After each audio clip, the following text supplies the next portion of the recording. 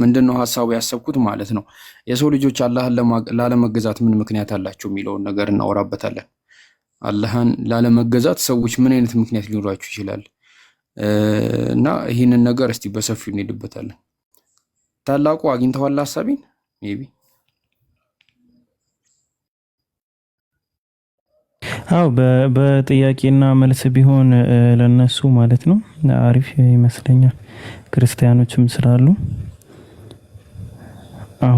አሁን ያልከው ማለት እስልምና ላለመቀበላቸው ወይም ደግሞ ክርስትና ላይም ለመቆየታቸው ምንድነው ምክንያታቸው? ምን ተጨባጭ ነገር ኖሯቸው ነው የሚለው ሜቢ ሐሳብን ካገኙት ማለት ነው። ያው እንትን አቅም መጨረስ እንዲሆን ሙግት ውስጥ ስንገባ ግን በቃ እንደዛ የሚሄድ ከሆነ ይሄድ። ዋናው ምንድነው በቃ ያንን ሰይድ ትልቅ በጣም ሰፊ የሆነ ነገር በጣም ደስ የሚል ነገር እንዳለ እንድናውቅ ነው። ገደሉ እኮ እንዴ! እሺ ቀጥል አባ ሀቢቢ ታላቁ ቀጥሉ።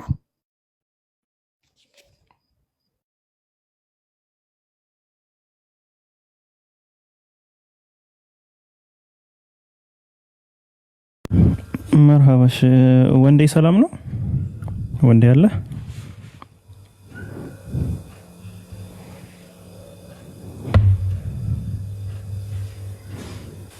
ወንዴ ምንም አላጠፋህም። ለምን ነው ይቅርታ?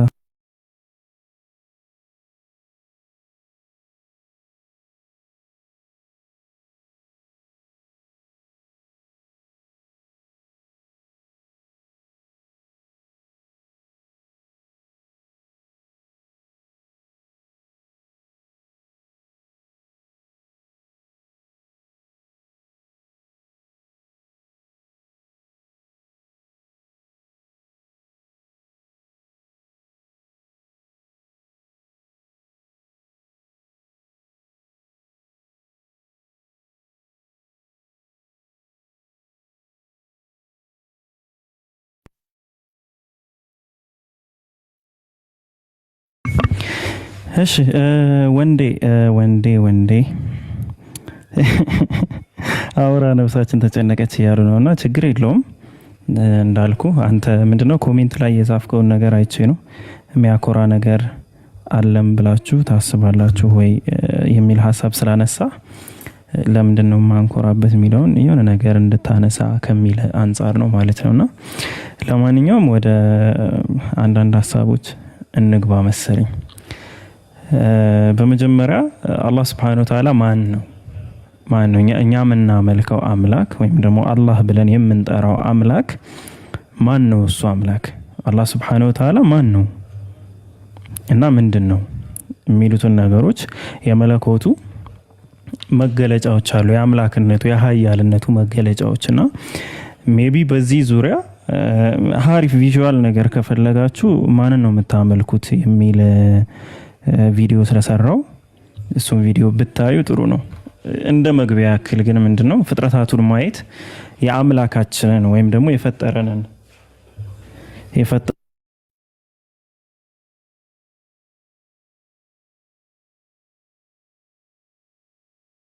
ዩኒቨርሱን ካየን ሁላችንም የተፈጠርንባትን ዓለም ካየን ከተረዳን ካወቅን የፈጠረን አምላክ ምን አይነት አምላክ እንደሆነ ባጭሩ መረዳት እንችላለን ማለት ነው። አምላክን ለማወቅ ምን ማድረግ ነው?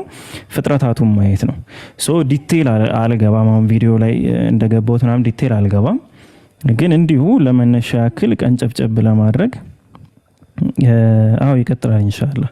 ቀንጨብጨብ ለማድረግ ምንድነው ሐሳቦቹን አንደኛ እኛን ማየት ነው፣ የኛን ተፈጥሮ ማየት ነው።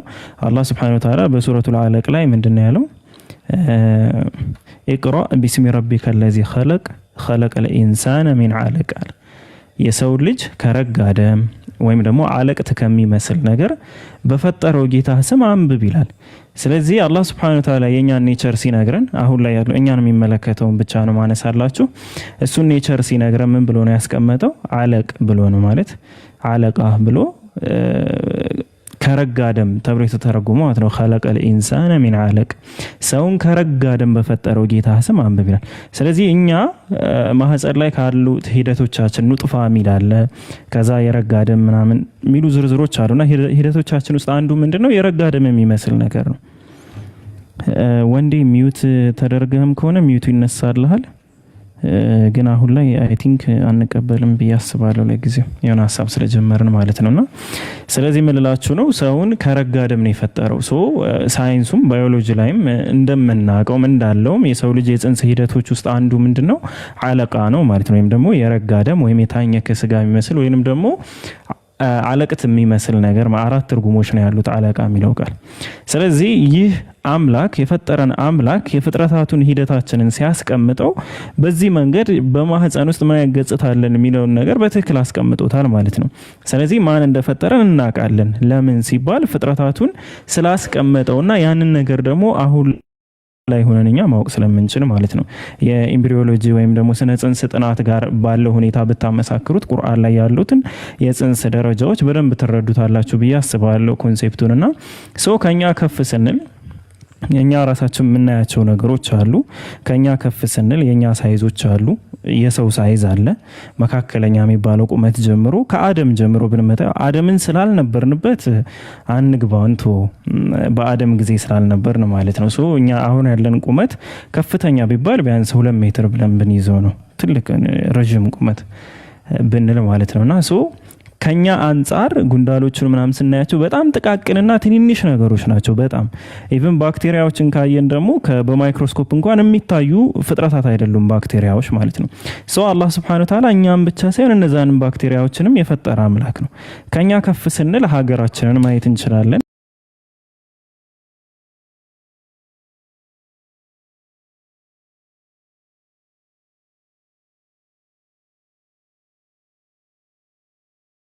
አርዝ የምትባለውና ይህች ምድር ስናይ የሰው ልጆች ምን ያክል ትንሽ እንደሆነ እንረዳለን ማለት ነው። ምን ያክል ትንሽና ደቃቅ እንደሆነ ከዛ አንፃር አምላካችንን በአእምሯችን የሆነ ግምት ልንሰጠው እንችላለን። ምድር ላይ ባለን እንዲሁ እንኳን በዚህ ጭንቅላታችን ምናምን እናስበው ከሆነ ማለት ነውና ሌላው ዓለምን ደግሞ ከሌሎች ፕላኔቶች ጋር ደግሞ ካየናት ለምሳሌ ብዙ ዝርዝሮችን ልትወውና ከፀሐይ ጋር ብናስተያያት 1.3 ሚሊዮን እጥፍ ፀሐይ ከኛ ዓለም ትገዝፋለች።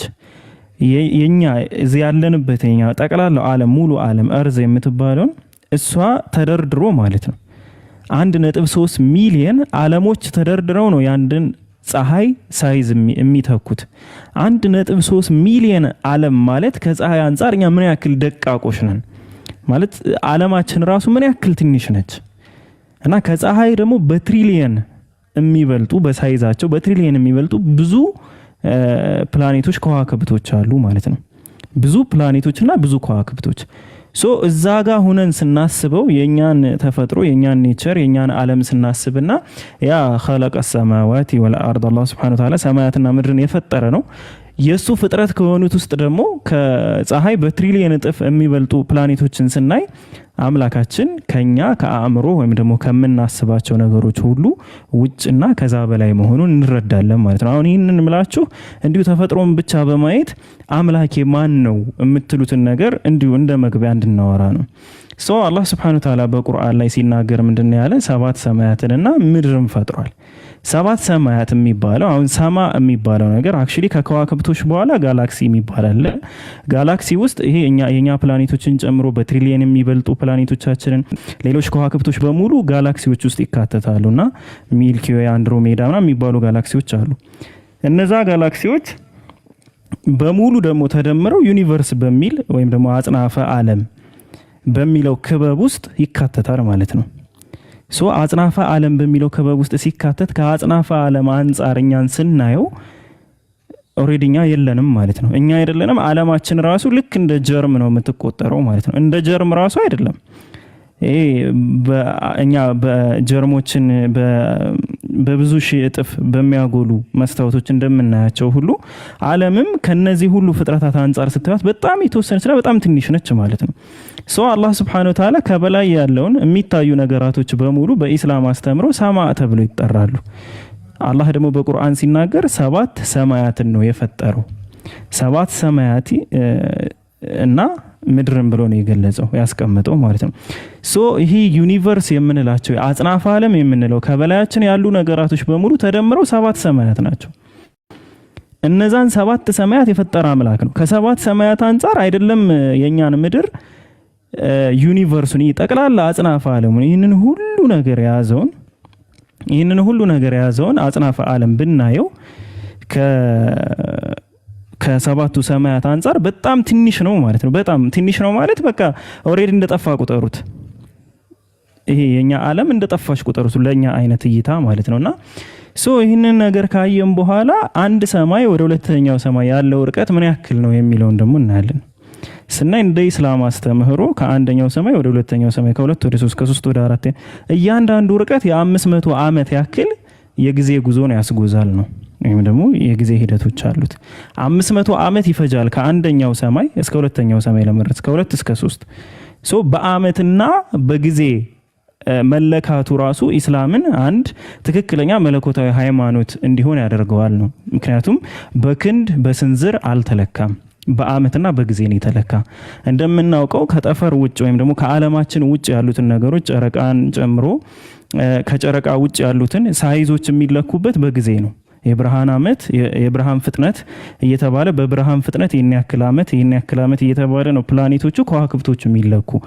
አምላካችን አላህ Subhanahu Wa Ta'ala አስተምሮቶቹ ላይ እስላማዊ አስተምሮቶቹ ላይ ስናየው እነዚህ ነገራቶችን በሙሉ በልኬታ እንኳን ሲያስቀምጠው 500 ክንድ 600 ክንድ 1 ሚሊዮን ክንድ እያለ ሳይሆን 500 ዓመት ነው በጊዜ ነው የሚለካው ማለት ነው።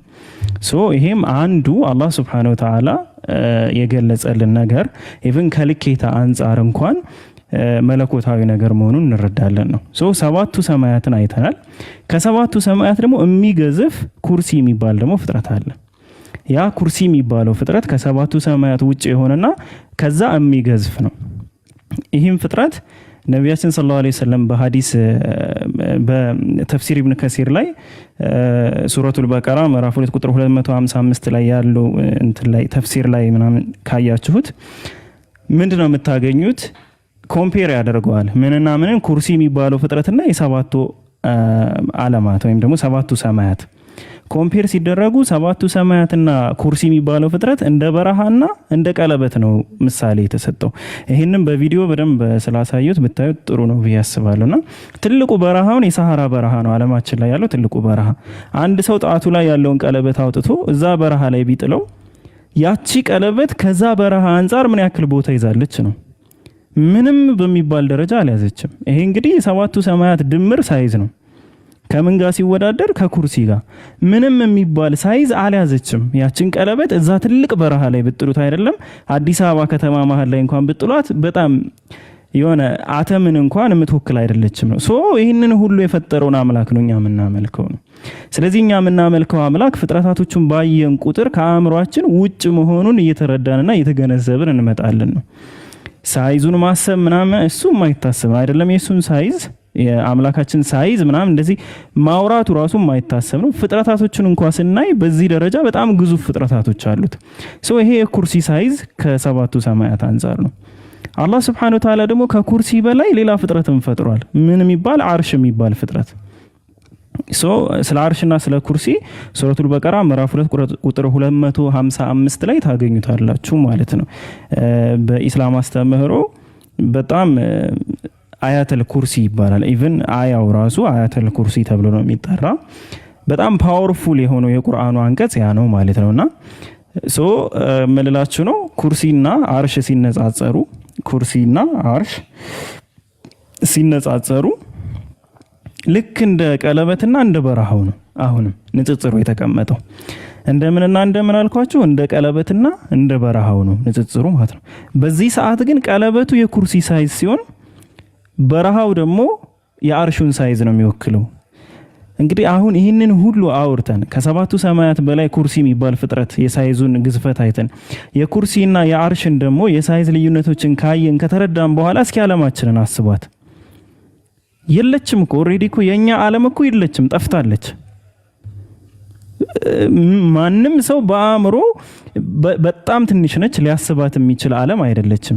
ቪዥዋል ነገር ስላለው ማየት ትችላላችሁ። ቪዲዮውን ኢስማኤል የዩቲዩብ ቻናል ላይ ብትገቡ ታያታላችሁ።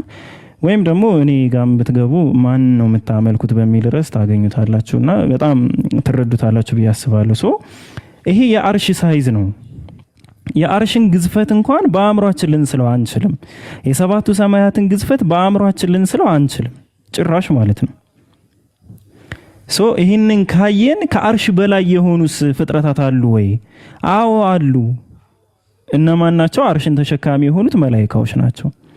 አርሽን ተሸካሚ የሆኑት መላእክቶች ውስጥ የአንዱ መላእክት ሳይዙ ነቢያችን ሰለላሁ ዐለይሂ ወሰለም በሐዲስ ሲያስቀምጡ ከትከሻው እስከ ልም ጆሮው ድረስ ያለው ርቀት የ700 ዓመት መንገድን ይወስዳል። የ700 ዓመት።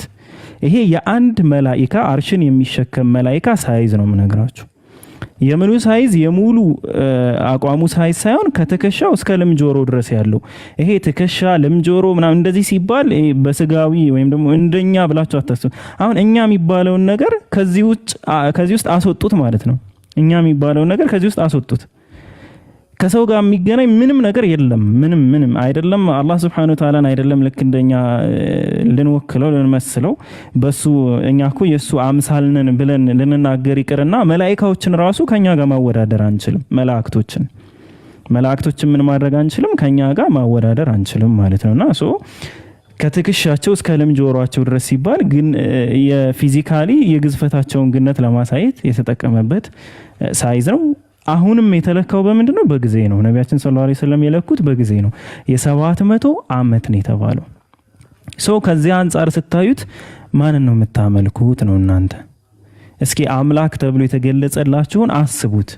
የትኛው አምላክ ነው ይህንን ሁሉ ፍጥረታት የፈጠረ ብላችሁ ልታስቡ የምትችሉት? ምን አይነት አምላክ ነው? እና ኢቭን መላእክቶችን እንኳን በጭንቅላታችን ማሰብ አንችልም። ከአርሽ በላይ ሲባል ያሉበት ቦታ አይደለም፣ አርሽን ተሸካሚዎች ነው ያልኩት። ከአርሽ በላይ ሆነው ምናምን አይደለም፣ እንደዛ አይነት ነገር አላወራውም። እሺ ሐቢቢ ከታች ያለው እና ምን ልላችሁ ነው? የምታመልኩትን አምላክ እዚህ ሚዛን ውስጥ አስገቡት። ፍጥረታቱን ብቻ ካያችሁ የምትፈልጉትን አምላክ በትክክል ታውቁታላችሁ። ምን ሳታዩ፣ መጽሐፍ ሳትገልጡ፣ ስለ ሃይማኖት ሳትሰሙ፣ ምንም ነገር ላይ ሳትገቡ የምታመልኩት አምላክ ምን አይነት አምላክ ነው? እኛ በአእምሯችን እንደሳል ነው የሆነ ግዝፈት ምናምን አድርገን ስለን ኢቭን ግዙፍ ነው ከተባለ ዓለምን በእጁ እንደዚህ በቃ ይሆናል እንደ ኳስ ምናምን። መላእክቱ ጅብሪል 600 ክንፎች አሉት። በአንድ ክንፉ ብቻ ምድርን መገልበጥ የሚችል መልአክ ነው። በአንድ ክንፉ ብቻ ማለት ነው። እና እኛ ስለ አምላክ ሳይሆን የምናወራው ስለ አምላክ ፍጥረታት ሳይዞች ነው የምናወራው። አላህ Subhanahu Wa Ta'ala አይደለም ሰባቱ ሰማያትን እንኳ በአእምሯችን መሳል አንችልም ነው ሳይዛቸውን። ስለዚህ ማንን ነው የምታመልኩት አምላክ? ወደ የትኛው አምላክ ነው የምትሄዱ? መጽሐፎችን ሳትገልጡ ምንም ነገር ሳታዩ ፍጥረታትን ብቻ ካያችሁ ያኔ የምትፈልጉትን አምላክ ማንነት ትረዱታላችሁ፣ ታውቁታላችሁ ማለት ነው። ሶ ከዛ አንፃር አምላክን ትፈልጋላችሁ። እንደናንተ አይነት አምላክ ካገኛችሁ ያ አምላክ አይደለም፣ ጣዖት ነው፣ መተው ነው ያለባችሁ። እንደናንተ ስላችሁ ፊዚካሊ ምናምን ብቻ አይደለም። ኢቭን የሆነ የምህረቱን ነገር ስታዩ የቅጣቱን ነገር ስታዩ እንደናንተ ሰዋዊ ነገሮች ከሆነ ያሉበት ምናምን ሶ ያን አምላክ ኮምፕሊትሊ ሪጀክት ነው ማድረግ ያለባችሁ። አሁን ይሄ ሁሉ ነው ቁርአን ውስጥ ገብቼ ነው አይደለም፣ ትንሽ ስለ እንትኖቹ ስናወራ ብቻ ሐዲሶችን ተጠቅም ያለው። ይሄም አላህ Subhanahu Wa Ta'ala የፈጠራቸውን ፍጥረታት እንድናውቅ ያክል ነው ማለት ነውና ከዚህ ሁሉ የሚያስደንቀው ነገር ምንድነው? ጀነት የሚባለው ፍጥረት ነው። ጀነት የሚባለው ፍጥረት የሰው ልጆች ከሞት በኋላ የሚገቡበት ያ ጀነት ተብሎ የተገለጸው ነገር አርዱሃ ሰማዋቲ ወልአርድ ተብሎ ነው የተቀመጠው ቁርአን ላይ። ስፋቷ የሰማያትና ምድርን ነው የምታክለው። ሰማያት ማለት ሰባቱ ሰማያት በብዜት ነው የተቀመጠው እና ምድርን ይሄ የጀነት ስፋት ነው። ስለዚህ የጀነትን ስፋት በምድር ልክ የምትለኩት ከሆነ ይሄ በጣም አስቂኝ ነው የሚሆነው። እቺ ምድር ወደ ጀነት ትቀየራለች ብላችሁ የምታስቡም ከሆነ ከዘፍጥረት ጀምሮ እስካሁን ድረስ ያለውን ትውልድም መሸከም አትችልም ምድሪቱ ማለት ነው። የጀነትን ሳይዝ በቁርአን ላይ የተቀመጠውን ስናይ ስፋቷ ይላል ጀነትን ስፋቷ ሰማያትንና ምድርን የምታክል ነች። ሰማያትንና ምድርን የጀነት ስፋት ሰማያትንና ምድር የምታክል ነች ማለት ነው። ስለዚህ አላህ Subhanahu Wa Ta'ala እኛ የፈጠረን አምላክ የምንለው ሱረቱል ኢኽላስ ምዕራፍ 112 ላይ ያለውን ካራክተር ለአምላክ የምንጠቀምበት እንዴ አላህ ልጅ ይወልዳል አይወልድም ሲባል ለምንድነው አይገባውም የምንል? አሁን ወላሂ እስኪ ያስቡት። አሁን ይህንን ሁሉ ፍጥረታት የፈጠረውን አምላክ ነው ልጅ መውለድ ይገባዋል ብሎ አእምሯችሁ የሚቀበለው? እንደው ያንን ካራክተር ነው እንደናንተ አይነት ማንነት ስትሰጡት ይሄ እኮ ፍጥረትን አለማወቅ ነው። አላህን አለማወቅ ምናምን ሳይሆን አምላክን አለማወቅ ሳይሆን እሱ የፈጠራቸውን ፍጥረቶች አለማወቅ ነው። አለማየት፣ አለመረዳት፣ አለማወቅ ስትሰጡት ኡስታዙን አገብታል። ሐቢቢ ቀጥል። ኦኬ እሺ። እና እንዳልኳችሁ ሃይማኖቶች ላይ ሳትገቡ ምናምን የትኛውንም ሃይማኖት ሳታዩ በፊት መጀመሪያ የምትፈልጉትን አምላክ ለዛ ነው አላህ Subhanahu Wa Ta'ala አእምሮን የፈጠረልን። በነገራችን ላይ አእምሮን የፈጠረልን አምላክ ይህንን አእምሮ ስለያዝን ይህንን ነፃ ምርጫ ስለያዝን ይህንን ፍሪ ዊል ስለያዝን ነው ከመላእክት በላይ ያከበረን ማለት ነው። የሰው ልጆች አላህ Subhanahu Wa Ta'ala አደምን ከፍጥረታት ሁሉ በላይ አከበር ነው የሚል ለምን ሲባል ሱረቱል በቀራ ምዕራፍ 2 ቁጥር 30 ላይ ጀምሮ ብታነቡ የአደምን ታሪክ ስሞችን ስላስተማረው ነው። ስሞችን አስተምሮታል። ስሞች ማለት ዕውቀት ነው። ዕውቀትን አስተምሮታል። በጽሁፍ የሚተላለፉ ዕውቀቶችን ያስተማረው ፍጥረት ማን ነው? አደም ነው። በዛ ዕውቀቱ መሰረት ከፍጥረታት ሁሉ በላይ ተደርጓል። ስለዚህ እኛ አምላክን ልናገኘው የምንችለው አላህ Subhanahu Wa Ta'ala ከምንም በላይ የሰጠን ግዙፉ ነገር ከፊዚካሊያችንም ከቦዲያችንም በላይ የሆነ ትልቅ የሰጠን ነገር ምንድነው? አእምሮአችን ነው ማለት ነው። ስለዚህ በአእምሮአችን አምላክን ማስተንተን ሳይሆን የሱን ፍጥረታቶች ስናስተነትን የሱን ፍጥረታቶች ስናይ ማን እንደፈጠራቸው የፈጠራቸውን አካል ማንነት ልናውቅ እንችላለን ነው። ፍጡርና ፈጣሪ ደግሞ ሌላ ማወቅ ያለባቸው ነገር ፍጡርና ፈጣሪ ተቃራኒ ነገሮች ናቸው። ተቃራኒ ነገሮች በተመሳሳይ ጊዜና በተመሳሳይ ቦታ ሊገኙ አይችሉም። ለምሳሌ ብርሃንና ጨለማ በአንድ ጊዜ በአንድ ቦታ በተመሳሳይ ሰዓት አይኖሩም፣ ሊኖሩም አይችሉም። ውሸትና ሐሰትም በአንድ ጊዜ በተመሳሳይ ጊዜ በተመሳሳይ ሰዓት ሊኖሩ አይኖሩም። ይሄ ተቃራኒ ነገሮች ምንድነው? በተመሳሳይ ጊዜና በተመሳሳይ ሰዓት አይኖሩም ነው። ፍጡርና ፈጣሪ ሲባል አዎ ፍጡርና ፈጣሪም በተመሳሳይ ጊዜ በተመሳሳይ ቦታ ላይ ተመሳሳይ ነገር ሆኖ ሊቀጥሉ አይችሉም። ፍጥረት የምንለው ፍጡር የምንለው በምን የተገደበ ነው? በጊዜ እና በቦታ የተገደበ ነው። ያ ማለት ባጭሩ አምላክ ወይም ፈጣሪ የምንለው ደግሞ ከጊዜና ከቦታ ከምንላቸው ነገራቶች ውጭ ነው ማለት ነው።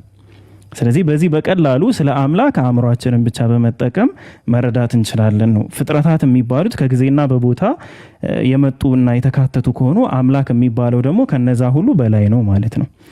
አሁን የምልላችሁ ነው በጊዜ የተገደበ አካል ጅማሮ አለው።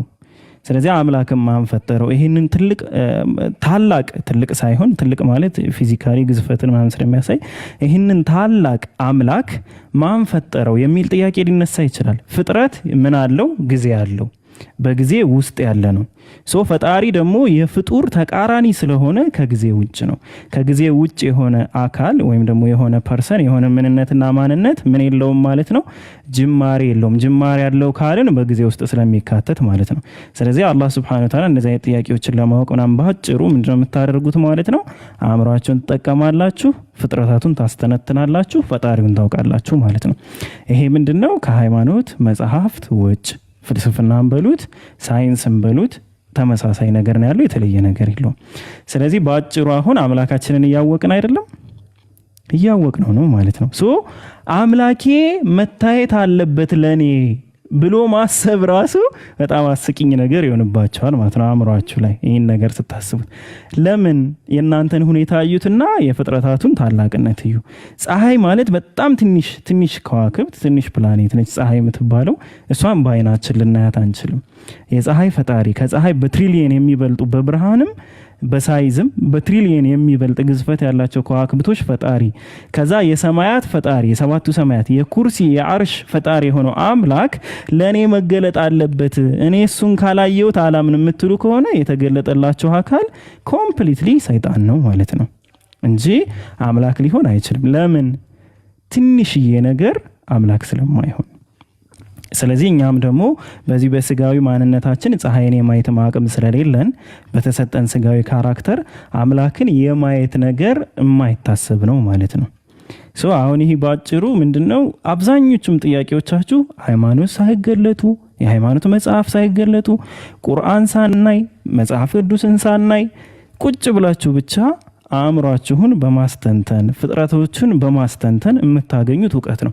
ለዛ ነው አላህ Subhanahu Wa Ta'ala ካሞገሳቸው ሰዎች ውስጥ ምን አይነት ሰዎች ነው? እነዛ በጀርቦቻቸው ተንጋለውን ተኝተውም ሆነ ቆመውም ሆነ ወይም ደግሞ በጀርቦቻቸው ተንጋለው የሚያስተነትኑ ሰዎችን ነው። ፍጥረታትን የሚያስተነትኑትን ሰዎች አላህ Subhanahu Wa Ta'ala ይወዳቸዋል፣ ያልቃቸዋል፣ ያከብራቸዋል። ለምን? ፍጥረታትን በማስተንተን ፈጣሪን ማግኘት ስለምንችል ማለት ነው። ደግሞ ፈጣሪን ምን አይነት ካራክተር አለው የሚለውን ነገር ማወቅ እንችላለን። ለኔ ካልተገለጠልኝ መጥቶ ካልታየኝ እኔ አላምነውም፣ አላውቀውም ወይም ደግሞ መከተል አልፈልግም የምትሉ ከሆነ በሳይዛችሁ ልክ ነው። ምንም ያደርገው አላህ Subhanahu Wa Ta'ala ለእናንተ የሚገልጸው። አላህ የሚቀያየር አምላክ አይደለም። ሰዎቹ ግን ተቀያያሪ ፍጥረቶች ነን። ፍጥረቶች በሙሉ ተቀያያሪና ተለዋዋጭ ነን። ስለዚህ እኛ እንደምንቀያየረው ልክ ምን ይሆናል ማለት ነው? ተቀያያሪ ወይም የተለያየ ኤቪደንሶችን ለኛ በቂ የሚላቸው ማስረጃዎች እኛ ላይ ያቀርብልናል ማለት ነው። አሁን ይህን ስታስቡት አምላክ ሰው ሆነ የሚባለው ትምህርት ወይም ኢንካርኔሽን ወይም የተሰጎ ምናምን እንደዚህ የሚባሉ ትምህርቶች አምላክ ሰው ሆነ ምናምን የሚሉ ትምህርቶች አእምሯችሁ ላይ ሙሉ ለሙሉ ይወድቃሉ፣ ይሞታሉ። አምላክ በጥጃ አምሳል የሚሉት ህንዳውያኖችንም መቀበል አትችሉም። አምላክ እንደኔ በአጭር ቁመትና በጠባብ ደረት ተወስኖ መጣ ብለው የሚያምኑትንም ደግሞ የግሪክ ፈላስፎችንም በሉ የሂንዱይዝም ተከታይም በሉ የክርስትናን እምነት አማኞችንም በሉ ልትቀበሉ አትችሉም ማለት ነው። ለምን? ለአምላክ ምን ስለማይገባው አንድ፣ ሁለተኛ ደግሞ አምላክ ስለማይለዋወጥ ነው። የሚለዋወጥ አካል በጊዜ ውስጥ ያለ አካል ነው። አላህ Subhanahu Wa Ta'ala ህጎቹን ይቀያየራል፣ ህጎቹን ይለውጣል። ለምን ሲባል እኛ ተለዋዋጭ ስለሆንን ለኛ የተቀያየሩ ህጎችን ይሰጠናል። እሱ ተለዋዋጭ ስለሆነ ሳይሆን እኛ ስለምንለዋወጥ የኛ ሌቭል እያደገ ስለሚመጣ በሌቭላችን ልክ ህጎችን ይሰጠናል። ለምሳሌ ለሙሴ ህዝቦች ወይም በሙሳ አለይሂ ሰላም ጊዜ ለነበሩ ህዝቦች ባሪያዎች የነበሩ ከሆነና ብዙ ግርፊያን የተገረፉ ብዙ የተሰቃዩ አይነት አካላቶች ከሆኑ እነዛ አካላቶች የሚሰጣቸው ህግ ለነሱ የሚመጥን ህግ ነው። እናትና አባቱን የሚሳደብ በድንጋይ ተወግሮ ይገደል ከተባለ በዛ ጊዜ ኦኬ እነዚህ ሰዎች ቢቆጧቸው ለነሱ ምንም ማለት አይደለም ማለት ነው። ምንም ነገር ከኔጌቲቭ ሳይሆን ከፖዚቲቭ ከጀመርን መረዳት እንችላለን። ኦኬ በዛ ጊዜ የነበሩ ሰዎች ለካ ቢቆጧቸው ተው አትሳደቡ ቢባሉ የሚያርፉ አይነት አይደሉም። ለምን? ምክንያቱም ስድብ የሚባል ነገር ወይም ደግሞ ግርፊያ፣ ቁጣ የሚባል ነገር በፈርዖን ጊዜ በባርነት ተገርፈው ምን ብለውም ያደጉ የኖሩ ህዝቦች ስለሆኑ አካላታቸውም ጠንካራ ስለሚሆን ለነሱ መሰጠት ያለበት ህግ ሊያቆሙበት የሚችሉና የሚፈሩትን አይነት ህግ ነው ማለት ነው መሆን ያለበት። ከዛስ ያ ትውልድ ያልፋል። ያ ትውልድ በሚያልፍ ሰዓት ምን አይነት ህጎች ይመጣሉ? እየቀለለላቸው ይመጣሉ። ኢሳ አለይሂ ሰላም ሲመጣ ከነሱ ብዙዎቹን የተገደዱባቸውን ብዙ ነገራቶች ሊያቀልላቸው ነው የመጣ። ምክንያቱም የተገደዱት አባቶቻቸው ከህይወታቸው አንፃር መገደድ ያለባቸው ሁኔታዎች ላይ ስለነበሩ ነው። ምንድነው ከፍትህ ከምናምን አንፃር ምናምን ሲታይ አሁን ላይ ካሉ ሰዎች አንፃር ሲታይ ያ በጊዜው የነበረ ህግና ለጊዜው ብቻ የሚያገለግል ህግ ነው። ስለዚህ ባይብል ላይ እንደዚህ አይነት ህጎችንም ከሰማችሁ የሆነ እንደ ትልቅ ነገር አትውሰዱትና እንደ ትልቅ አርጊውመንት ያው እነሱ ስለሚያነሱት ነው እንጂ እንደዛ አድርጋችሁ አትመልከቱት ለማለት ያክል ነው። ምክንያቱም አላህ Subhanahu Wa Ta'ala የተለያዩ ህጎችን ይሰጣል ለሰው ልጆች። ለምን? የሰው ልጆች ተቀያያሪ ስለሆኑ። ይሄ ማለት ግን ይሄ ህግ ወርዶላቸው ነበር እያልኳቸው አይደለም። እሺ ያው ቢወርድም በጊዜው ለነበሩ ሰዎች ሊሆን ይችላል ብሎ ማሰቡ የተሻለ ነው ብዬ ስለማስብ ነው፣ የፐርሰናል አመለካከቴ ነው። ስለዚህ አሁን ፍጥረታቱን አየን። አምላካችን ምን አይነት አምላክ ነው የሚለውን ነገር በአጭሩ ተረዳን። ሱረቱል ኢኽላስ ላይ ስንመጣ ትልቁን ነገር እናገኛለን። እኛ አላህ Subhanahu Wa Ta'ala ማን ነው የፈጠራችሁ ማን ነው ስንባል ቀጥታ ሰውን ሁሉ ወደምንመራው ምንድነው ወደ ሱረቱል ኢኽላስ ምዕራፍ 112 ላይ ያለው ማለት ነው። ቁል ይላል በል ሁወ አላሁ አሐድ። ሁወ ማለት እርሱ ማለት ነው። እርሱ ተብሎ ብዜት የለም። ስለዚህ እርሱ ማለት አንድ ነጠላ ፐርሰን ነው የሚያመለክተው። ሁወ አላሁ አሐድ ሲል እርሱ አላህ አንድ ነው ማለት ነው። እቺ አሐድ የምትለዋን ቃል ክርስቲያኖች ስለሚያነሷት ነው በብዛትና አሐዱን ስለሆነ ወይም አሐድ የሚለው ይሄ ፍጹም የሆነ አንድን ሳይሆን የጀማ አንድነትን ያሳያል፣ ብዜትን በውስጡ ያቀፈ ነው ስለሚሉ ይሄ አንቀጽ ሁለተኛው፣ ሶስተኛው፣ አራተኛው አንቀጽ ላይ እንኳን ሳንገባ የመጀመሪያው አንቀጽ ላይ ብቻ ይሄን ነገር ይፈተዋል። ምክንያቱም የመጀመሪያው አንቀጽ አውዷን ብቻዋን ካየን ልክ እንደ ሱረቱ ተውባ ምዕራፍ 9 ቁጥር 6 ላይ እንዳለው አሐዱ ሚነል ሙሽሪኪን እያለ አይደለም ከካሃዲያን አንዱ ሲል የጀማዓን አንድነት በውስጡ ያቀፈ ሊሆን ይችላል ብለን እንወስዳለን። ምክንያቱም ኮምፔር የሆነው ከምን ጋር ነው? ወይም ደግሞ አውዱ የመጣው ካሃዲያን ብሎ በብዜት ስለጠራቸው፣ እዚህ ላይ ግን ሁወ ነው የሚል እርሱ ነው የሚል። ቁል በል እርሱ ካለ አንድ ማንነት ነው ያለው ማለት ነው። እርሱ አላህ ስንት ነው አለ? አንድ ነው አለ። ይህንን ሁሉ የፈጠረው አምላክና ፈጣሪ ስንት ነው ማለት ነው? በፐርሰን አንድ ነው።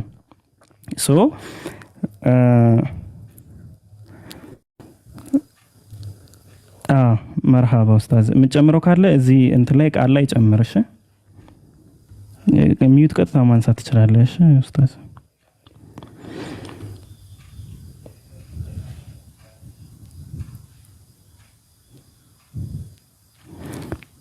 መርሃባ። ስለዚህ እርሱ አላህ አንድ ነው እንላለን።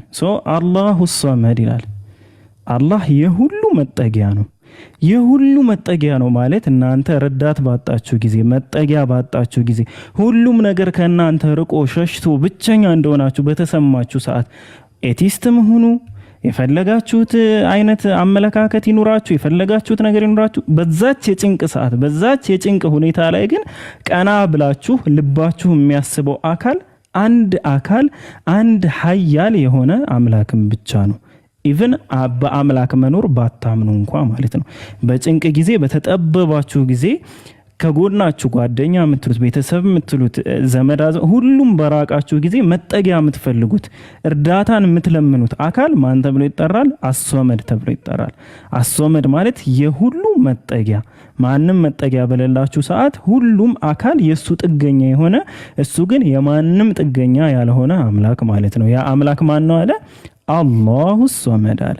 ስለዚህ ይሄ አሶመድ ይሄ የሁሉም መጠጊያ የሆነው አካል አላህ ነው አለ። ስለዚህ አላህ Subhanahu Wa Ta'ala ሁለተኛው ነገር ምንድነው የሚያስቀምጠው? አሶመድ ነው። ፍጥረታት ሁሉ በሱ ኃይል ነው የሚንቀሳቀሱት። ፍጥረታት ሁሉ ከሱ ነው የሚጠጉት። እኛ በችግር በየትኛው ውድቀት ሰዓት የምንለምነው እሱን ብቻ ነው። እሱ የሁሉም መጠጊያ ነው። እሱ ግን መጠጊያን አይፈልግም። ምክንያቱም ብቸኛው ኃያሉ አምላክ እሱ ስለሆነ ማለት ነው። ለም የሊድ ወለም ይውለድ ይላል። አልወለደም አልተወለደም፣ አይወልድም አይወለድም ሳይሆን አልወለደም አልተወለደም ነው። አልወለደም ማለት ነው እኛ እስከምን ይሄ ቁርአን እስከወረደ ጊዜ በነበረበት ጊዜ ላይ አልወለደም ማለት ነው። አልተወለደም ማለት ደግሞ እሱም መጀመሪያ የለውም ነው። ስለዚህ እስከዛ ድረስ አልወለደም፣ ከዛ በኋላ መጀመሪያ የለውም ነው። ከወለደ ያ የተወለደው አካል ግን ምን አለው ማለት ነው? መጀመሪያ አለው ማለት ነው። ስለዚህ አላህ Subhanahu Wa Ta'ala አልወለደም፣ ስላልወለደ እሱም ስላልተወለደ ከሱ ውጭ የሆነ ምንም አይነት አካል የለም። የተወለደው የአምላክ ልጅ ስለሆነ አምላክ ነው ብላችሁ ልታመልኩት ትችላላችሁ፣ ሊመለክም ይችላል። ግን ጅማሮ የለውም ልትሉ ግን አትችሉም ማለት ነው። ምክንያቱም ጅማሮ ወይም ደግሞ በጊዜ ውስጥ ስለሚኖር፣ በጊዜ ውስጥ መኖር ማለት ቅድም እንዳልኳችሁ ካለ መኖር ወደ መኖር፣ ወልድ ወይም ልጅ የሚባለው አካል ያልነበረበት ጊዜ ሲኖር ብቻ ነው ተወለደ የሚባለው። ያልተገኘበት ጊዜ ሲኖር ብቻ ነው ተገኘ ወይም ግኝ ነው ልንለው የምንችለው ማለት ነው። እሺ አልወለደም አልተወለደም ነው ያለ። ከዛ በኋላ ወልዶስ ቢሆን የሚለው ነገር ሲመጣ ቁጥር 4 ላይ ምን ይላል? ወለም የኩን ለሁ ኩፉወን አሐድ ይላል። ለእርሱም አንድም ቢጤ የለው ማለት የሚዋለድ ምናምን የሚባል አይነት ነገር ካለ የሰው ቢጤ ሊሆን ነው። የሚራባ ከሆነ የሰው የጂኒ እንስሳ ቢጤ ነው።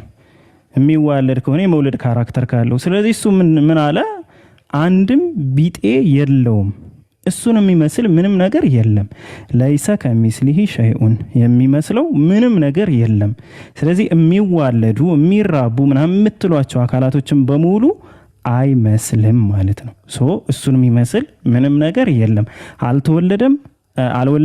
አልተወለደም ለእርሱም አንድም ቢጤ ወይም ደግሞ አምሳያ የለውም ነው። ስለዚህ የኛ አምላክ ይሄ አምላክ ነው። የኛ አምላክ ይሄ ነው። አንድ የሆነ አምላክ ነው። በማንነቱ አንድ የሆነ አምላክ ነው ማለት ነው። ያንን አምላክ ማን ብለን እንጠራዋለን? እኛ አላህ ብለን እንጠራዋለን። አላህ ብለን የምንጠራው የተጸውኦ ስሙ ነው። የተጸውኦ ስሙ ብቻ ሳይሆን እሱንም በትክክል የሚያመለክት ስሙ ነው። አላህ ማለት ምን ማለት ነው? አምልኮ የሚገባው ማለት ነው። ወይንም ደግሞ መመለክ የሚገባው ማለት ይሄ ቀጥተኛ ትርጉሙ ምንድነው?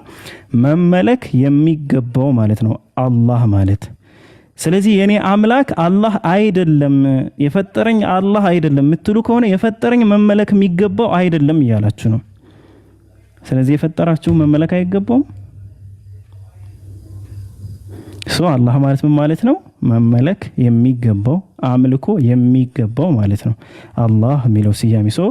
ብዙ ሰው ይሄንን ስያሜ ሙስሊሞች ይጠቀሙታል በሚል የኔ አምላክ አላህ አይደለም፣ የኔ አምላክ እኔ አላህ አይደለም፣ አላህ የእንትን ስም ነው እንደዚህ ነው ይላሉና በምድር ላይ አላህ Subhanahu Wa Ta'ala የሚገልጽ ምንም አይነት ቃል ላይኖር ይችላል ግን አላህ የሚለው ቃል ግን በትክክል ይገልጸዋል። ምክንያቱም መመለክ የሚገባው ከሱ ውጭ ምንም አይነት አካል የለም ማለት ነው። ይሄ መመለክ የሚገባው አካል ጅማሩ የለውም ፍጻሜም የለውም። እርሱን የሚመስልም ምንም ነገር የለም። የሚራባ አይነት አካልም አይደለም።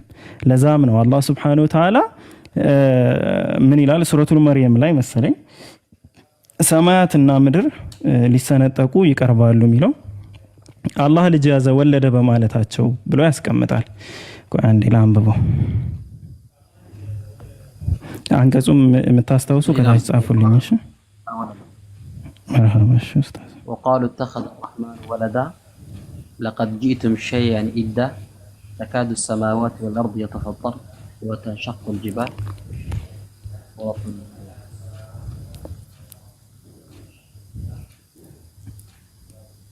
مرحبا ترجمة أستاذ ወይ ከፍቼ አይ ቲንክ አገኘሁት መሰል። ቆይ እስኪ ሱረቱል መርየም አያ 88ኛው ላይ መሰለኝና ይሄ ቃል ምን ያክል ከባድ እንደሆነ እንድታውቁ ነው ከስነ ፍጥረት ጀምሮ የመጣውት ማለት ነው። ከስነ ፍጥረት ጀምሮ ስመጣ ይሄ ቃል እንደው ምን ያክል ከባድ ነው። ይሄ አምላክ ወለደ የምትሉት ነገር ምን ያክል ከባድ እንደሆነ እንዲገባችሁ እንድትረዱት ነው። ያንን ፍጥረታት ሁሉ አይታችሁ ያን ፍጥረታት ሁሉ ከተረዳችሁ ካወቃችሁ ፍጥረታቱን ካያችሁ በኋላ እንዴት ነው አምላክ ተወለደ ልትሉ የምትችሉት?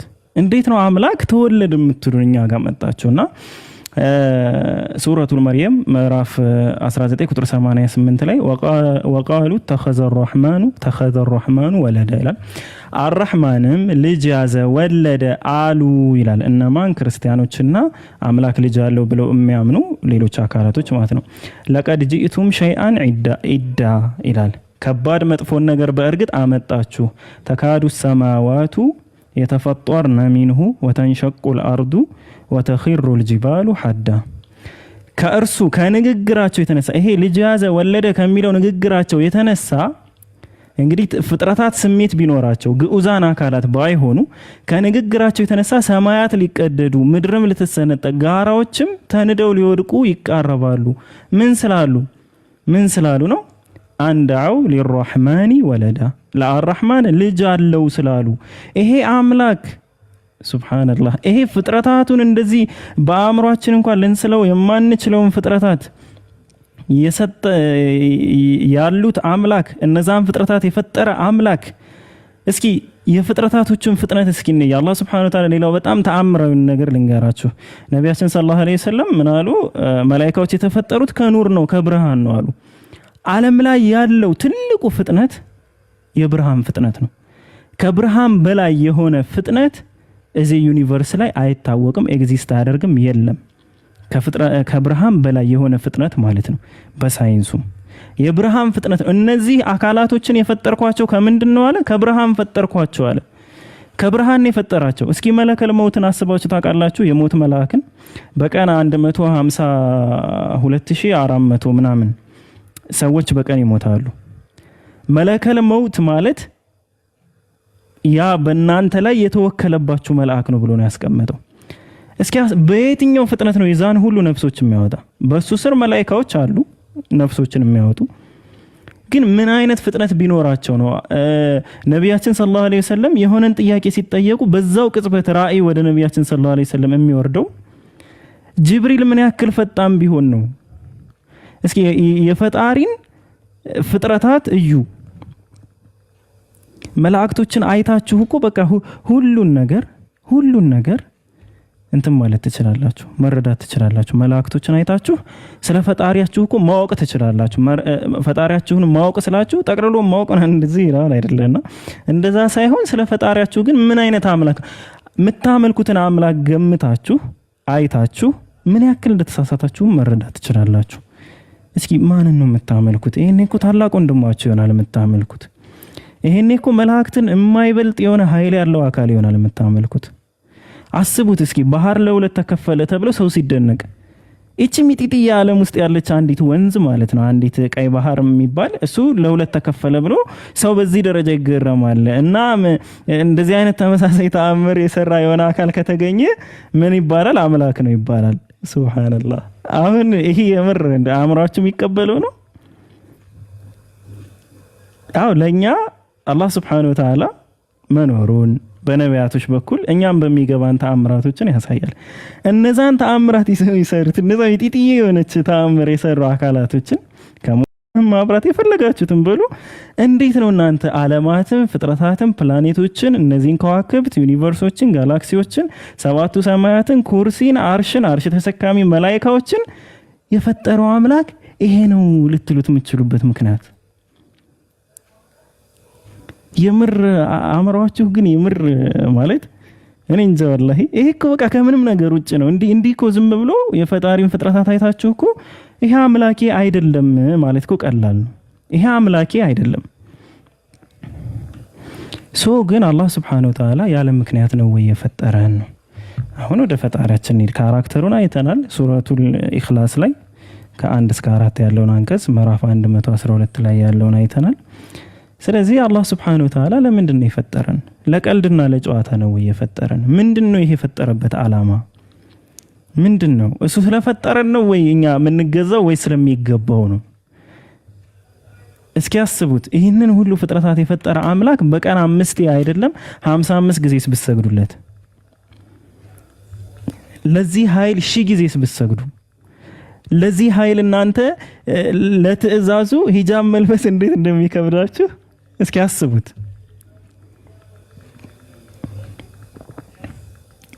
ወላሂ አሁን ይሄ አምላክ አሁን እንደው እኔ አምላካችሁ ነኝ ተገዙልኝ አምልኩኝ ባይላችሁ እንኳን መመለክ የሚገባው አካል አይደለም? እንደው ለትገዙለት የሚገባው አምላክ አይደለም? ለትገዙለት የሚገባው አካል አይደለም? ኃያልነቱ ብቻ አይበቃችሁም ለሱ ለመስገድ? ይሄ እኮ በጣም ንፉግነት እኮ ነው። በጣም አስባችሁታል? ረመዳን ላይ ብቻ ሰግዶ ሌላውን ነገር መተው፣ ሌላውን ቀናቶች ላይ አለ መስገድ እኮ ይሄ ምን ማለት ነው? የረመዳን ብቻ አምላክ ነህ እንደማለት እኮ ነው። በየሳምንቱ እሁድ ብቻ ሂዶ የሆነ ስግደት አድርሶ ምናምን መምጣት ማለት አንተ የእሁድ አምላክ ነህ። ሌላው ቀን ላይ ላንተ አምልኮም ስግደትም አይገባህም ማለት ነው። ይሄ አሁን ከትእዛዛቶች ውጭ እንዲሁ እንኳን ስናስበው ፍጥረታቶችን እንኳን ስናይ እንዴት ነው ለዚህ አምላክ ማንገዛው? እንዴት ነው ማንሰግድለት? ስለዚህ የተፈጠርንበት ዓላማ ምንድነው? ወማ ኸለቅቱል ጂነ ወልኢንሰ ኢላ ሊያዕቡዱን። ሰውንም ሆነ አጋንንት አልፈጠርኳቸው እኔ ሊገዙኝ ቢሆን እንጂ ነው ያለ። ፍጥረታት ሁሉ አላህ Subhanahu Wa Ta'ala ይገዛሉ። ፍጥረታት ሁሉ ምን አላህ Subhanahu Wa Ta'ala በውድም ሆነ በግድ ይገዛሉ። እናንተ በውድም ሆነ በግድ እሱ ለፈጠረው ነገር እሱ ላስቀመጠው ስርዓት ትገዛላችሁ። በውድም ሆነ በግድ እንዴት ነው የምትገዙት? እስኪ አልበላም በሉ፣ አልተነፍስም በሉ። እስኪ በህይወት የምትኖሩ ከሆነ እናያለን። ይሄ እሱ የፈጠረው ስርዓት ነው። በእርግጥ ተነፈሰ የሚሉም ሌሎች ሃይማኖቶች አሉ። ለእኛ የፈጠረልንን ስርዓት ለእሱ አሳልፈን ስንሰጠው ሰውን በምድር ላይ በመፍጠሩ ተጸጸተ የሚባል አይነት ማለት ነው። እና ለዛ ነው የምታመልኩትን አምላክ ለማወቅ ፍጥረታቶችን ብቻ ማየታችሁ ስለ አምላካችሁ በትክክል እንድታውቁ እንድትረዱ ያደርጋችኋል ነው። አላህ Subhanahu Wa Ta'ala እኛን የፈጠረን ለምንድን ነው? እሱን እንድንገዛው ነው። ከመላእክት በላይ ለምን ከበርን፣ ለምንኛ ገዘፍን፣ ለምንኛ ላቅን ከተባለ አላህ ስሞችን ስላስተማረ ነው። የሰው ልጅ አላህን የሚገዛው በውዱና በፈቃዱ ነው። ምን አይነቱን መገዛት የሚገዛው ነው? ሸርዒ የሚባለው ወይም ደግሞ የህግጋቱን ይሄ የተፈጥሮ የሚባለውን ህግጋት ግን በውድ ሳይሆን ሁላችንም በግድ ነው የምንገዛው ማለት ነው። ግን ሸርዒ የሚባለው አድርግ አታድርግ የሚባሉ እነዚህ አይነት ነገሮችን ግን በምንድን ነው የምንገዛው? በውድ ነው። ከመላእክት በላይ እንዴት ነው የገዘፍ ነው? እንዴት ነው የሰው ልጆች የላቁት? እና ደግሞ በስራቸውም ደግሞ ከጂኒም በታች ሆነው ኢቭን ከእንስሳም በታች የሚሆኑበት ምክንያት እንዴት ነው? የታዘዙትን በመስራትና ባለመስራት ውስጥ ነው ማለት ነውና አላህ Subhanahu Wa Ta'ala እውቀትን ሰጥቶናል። ባይዘዌ በጽሁፍ የሚተላለፍ እንትን ያለን እኛ ብቻ ነን። እኔ እስካሁን እስከማውቀው ማለት ነው በፍጥረታት ውስጥ በጽሁፍ የሚተላለፍ ጽፍ የምናስቀምጥ ታሪክ የምንዘግብ የምናስተምር እውቀቶችን በጽሁፍ መንገድ የምናስቀምጥ እንደዚህ አይነት ፍጥረቶች እኛንን ማለት ነው። ማለት እውቀቶችን በትውልድ በጽሁፍ የምንማማር ማለት ነውና ምንላችሁ ነው። ይህንን ነገር ሁሉ ከተረዳን አላህ Subhanahu Wa Ta'ala ለምን ዓላማ እንደፈጠረን እናውቃለን ነው። ባናውቅም እንኳን እሱን መገዛት ምንድነው? በቃ ግዴታችን ነው። ለዛም ነው አላህ የሚለውን ስያሜ በፍቅር የምንቀበለው። ለምን ሲባል አላህ ማለት አምልኮ የሚገባው ማለት ስለሆነ የሚመለክ ማለት ስለሆነ የሚመለክ አካል ደግሞ ከሱ ውጭ ምንም አይነት አካል የለም። እሱን እንድንገዛው ምንድነው ያቀረበልን ኤቪደንስ ነው። ይሄ ሌላኛው ነው። እሱ አሁን ይሄ እየተከተልን ያለነው አምላክ እሱ ለመሆኑ ምን አይነት ማስረጃዎችን ሰጥቶናል? ያው ማስረጃዎችን የሚሰጠን በእኛ ልክ ነው። ለኛ ተአምር የሚሆኑ ነገራቶችን ነውና ምን አይነት ማስረጃዎችን ሰጥቶናል? ምናልባት እናንተ እየተከተላችሁት ያለው አካልና አምላክ ማስረጃዎቹን ከሺህ ዓመት በፊት ከሆነ የሰጣችሁ ባልነበራችሁበት ጊዜ በታሪክ ከሆነ የተቀመጠላችሁ ያ ማስረጃ ለእናንተ አይሆንም ማለት ነው። ለምሳሌ በሙሴ ጊዜ ባህር ለሁለት ተከፈለ ተብሎ ተነገረ። ኦኬ በሙሴ ዘመን ለነበሩ ሰዎች ያ ትልቅ ኤቪደንስ ነው፣ ሊያምኑበት ይገደዳሉ ማለት ነው። ያ ትልቅ ለነሱ ኤቪደንስ ነው፣ ለኛ ግን ታሪክ ነው። ሊሆንም ላይሆንም ይችላል እኮ። አይ እኔ ሙሴ ባህርን አልከፈለም ብል ማን ነው ሊከራከር? በምን ላይ ቆሞ ነው የሚከራከረኝ? ምንድነው የሚያቀርብልኝ ኤቪደንስ? ምንድነው የሚያቀርብልኝ ማስረጃ? ነብያችን ሰለላሁ ዐለይሂ ወሰለም ከ1400 ዓመት በፊት በጣታቸው ውሃ ፍልቀዋል፣ ጨረቃ ለሁለት ከፍለዋል፣ ብዙ ተአምራቶችን ሰርተዋል፣ የፈሰሰን አይን መልሰዋል፣ ብዙ ነገሮችን ሰርተዋል። ያ ነገር እኔ መጥቶ የሆነ ሰው የወመንባቸው እነዚህ ነገራቶችን ሰርተዋል ቢባል ያ በጊዜው ለሚኖሩ ለሚመለከቱ ሰዎች ነው ያ ተአምር። እኔን አይመለከትም ይሄ ለኔ ታሪክ ነው ብል ምንድነው የሚቀርብልኝ ማስረጃ? ለኔ መሆኑን ልረዳበት የምችለው ነገር ምንድነው ነው። ስለዚህ እናንተው ማወቅ ያለባችሁ አላህ Subhanahu Wa Ta'ala ወይም ደግሞ ይሄ አምላክ የዚህ ሁሉ ፍጥረታት አምላክ የሆነው አካል የሆነው መለኮት ምንድነው ለናንተ ያስቀመጠላችሁ ማስረጃ ምንድነው? እንድትቀበሉት ምንድነው የሰጣችሁ ነገር? ምን ሰጥቷችኋል? እየተቀበላችሁ ያላችሁት የዛሬ 2000 ዓመት እንዲህ ተደረገ በሚል ነገር ከሆነ ያ ታሪክ ነው። ያ የተጻፈላችሁ የተላለፈላችሁ ታሪክ የውሸት ታሪክም ሊሆን ይችላል። ለምሳሌ አጼ ቴዎድሮስን በተመለከተ በሴት ምክንያት ነው የሞተ፣ ሴት ነው የገደለችው የሚልም ጽሁፍ አለ። ራሱን አጥፍቶ ነው የሞተ የሚል ጽሁፍም አለ። ብቻ ብዙ ነገር ታገኙ ትችላላችሁ። የትኛውንም ብታምኑ እናንተን የሚመለከት አይደለም። በዛ ጊዜ ለነበረ ሰው ነው፣ በዛ ጊዜ የተከሰተ ክስተት ነው። ስለዚህ ለእናንተ አምላክ የላከው ነገር የለም ወይ? ለእናንተ ያስቀመጠላችሁ ማስረጃስ የለም ወይ ነው ትልቁ ነገር ይሄ ነው። ለምንድን ነው እኛ ነብያችን ሰለላሁ ዐለይሂ ወሰለም የመጨረሻው ነብይ ናቸው ብቻ ሳይሆን የምንለው ለኛ የተላኩ ነብይ ናቸው ብለን የምናምንበት ምክንያት ምንድነው ነው? ተረዳችሁኝ? ለኛ እኛን የሚመለከት ነገር ነው ወይ ያመጡት? ለኛም ተአምር አላቸው ወይ? ተረዳችሁኝ? እኛ ማየት የምንችለው ነገር አለ ወይ? የሆነ አካል ወይም ደግሞ ኢየሱስ ክርስቶስን ብለን ብንወስድ ከዛሬ 2000 ዓመት በፊት ሙቶ መነሳቱ በታሪክ ላይ ተጽፏል ቢባል ምንድነው ለኛ የሚጠቅመን? ኦኬ ሰው ጽፎታል፣ በቃ ሙቶ ተነስቷል ብለው ጽፏል። እውነትም ውሸትም ሊሆን ይችላል። ለኔ ምልክት ነው ወይ? እኔ አልነበርኩ በሰዓቱ። እኔ ፊት ላይ የተከሰተ ክስተት አይደለም። አላዛርን ሲያስነሳው እኔ ፊት ላይ አልነበረም። ለኔ ምልክት ሊሆን አይችልም ነው። ስለዚህ ነገር ስናይና ስንረዳ የነቢያቶችን ተፋሰስ የአላህ Subhanahu Wa Ta'ala ቅድመ እቅድ ማወቅ እንችላለን ማለት ነው።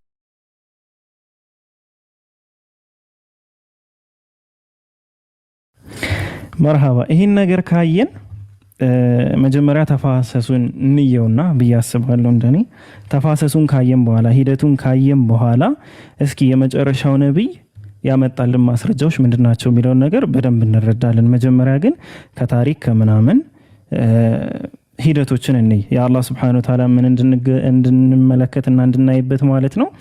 ጥበቡን እንድናይ አካሄዶቹን እንድናይ አላህ Subhanahu Wa Ta'ala አማኞች በጠፉበት ሰዓት አንድን ሰው ነበር አማኝ የፈለገ አንድ ሰው።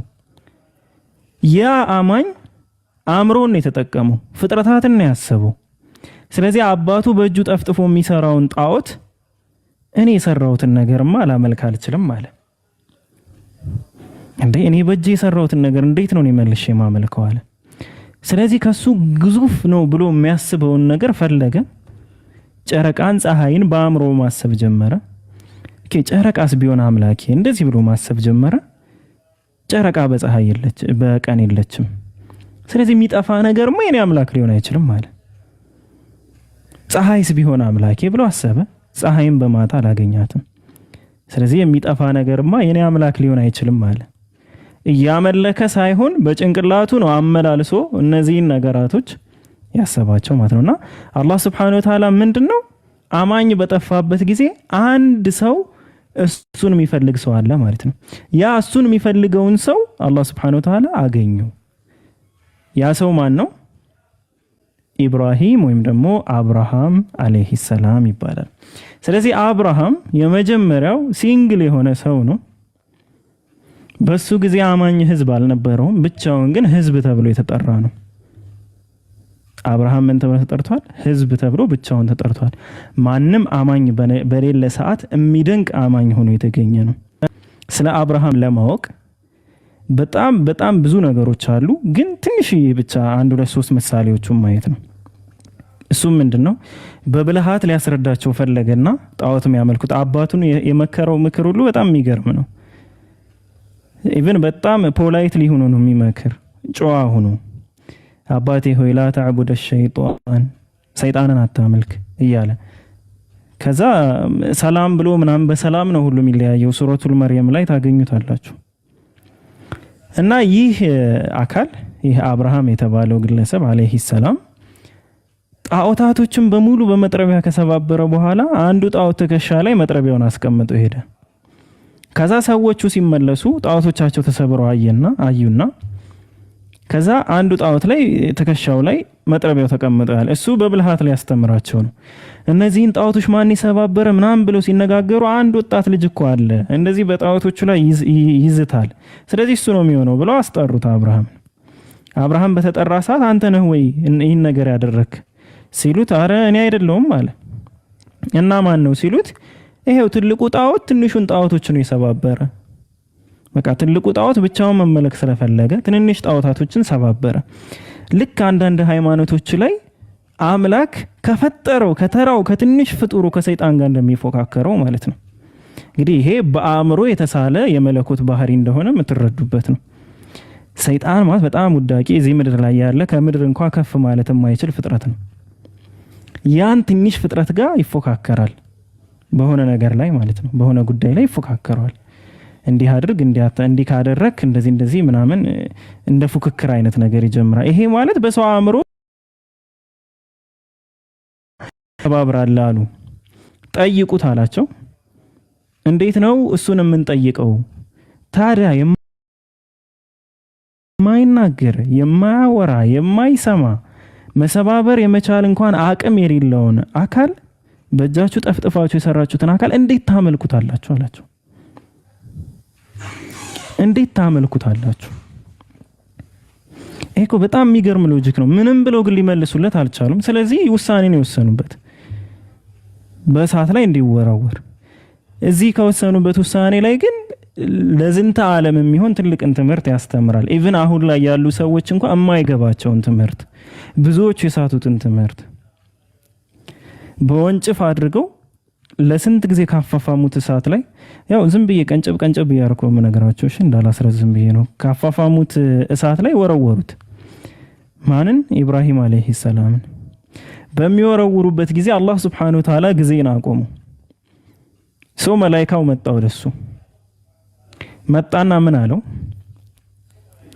ምን እንዳደርግልህ ትፈልጋለህ? ወደ እሳት እየተወረወረ ነው። ራቁቱን ነው የሚወረውሩት። ምን እንዳደርግልህ ትፈልጋለህ ብሎ ጠየቀው። ከዛ እንደዛ ብሎ ሲጠይቀው ከራሱ እንደሆነ ስለተረዳ እኔ ካንተ ምንም አልፈልግም፣ አላህ ብቻ በቂዬ ነው። ምን ያማረ መጠጊያ፣ ምን ያማረ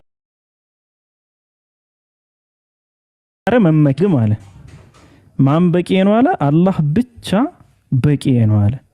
ይሄ እስልምና ላይም ክርስትና ላይም ሌሎች ሃይማኖቶችም ላይ ብዙ ሰዎች የተሸወዱበት ፖይንት ነው።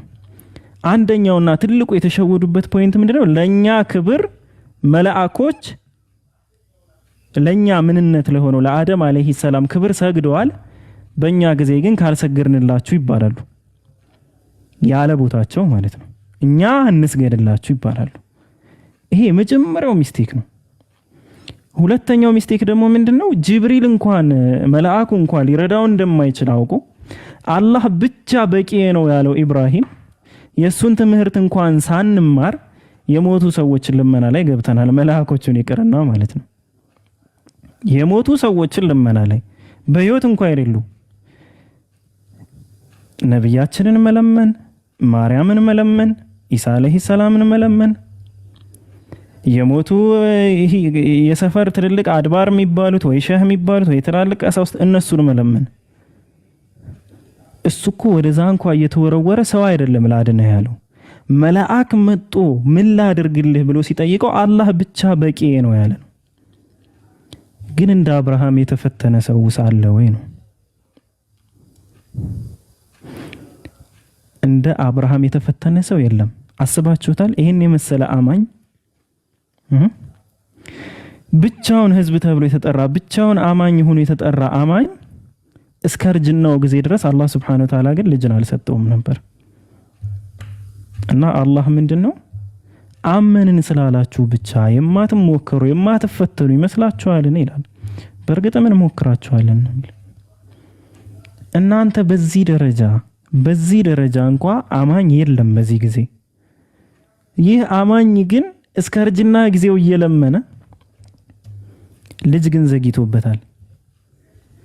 አስቡት። የሱ እምነት እኮ የሚገርም እምነት ነው። ስለዚህ አላህ Subhanahu Wa Ta'ala ማንም በሌለ ሰዓት አንድን ሰው ነው ያስነሳ። ያ ሰው አብርሃም ይባላል። ያ አብርሃም ግን በስተርጅናው እንኳን ልጅ ተሰጥቶት ያንን ልጁንም ደግሞ እንዲያርድ የተጠየቀ ነው።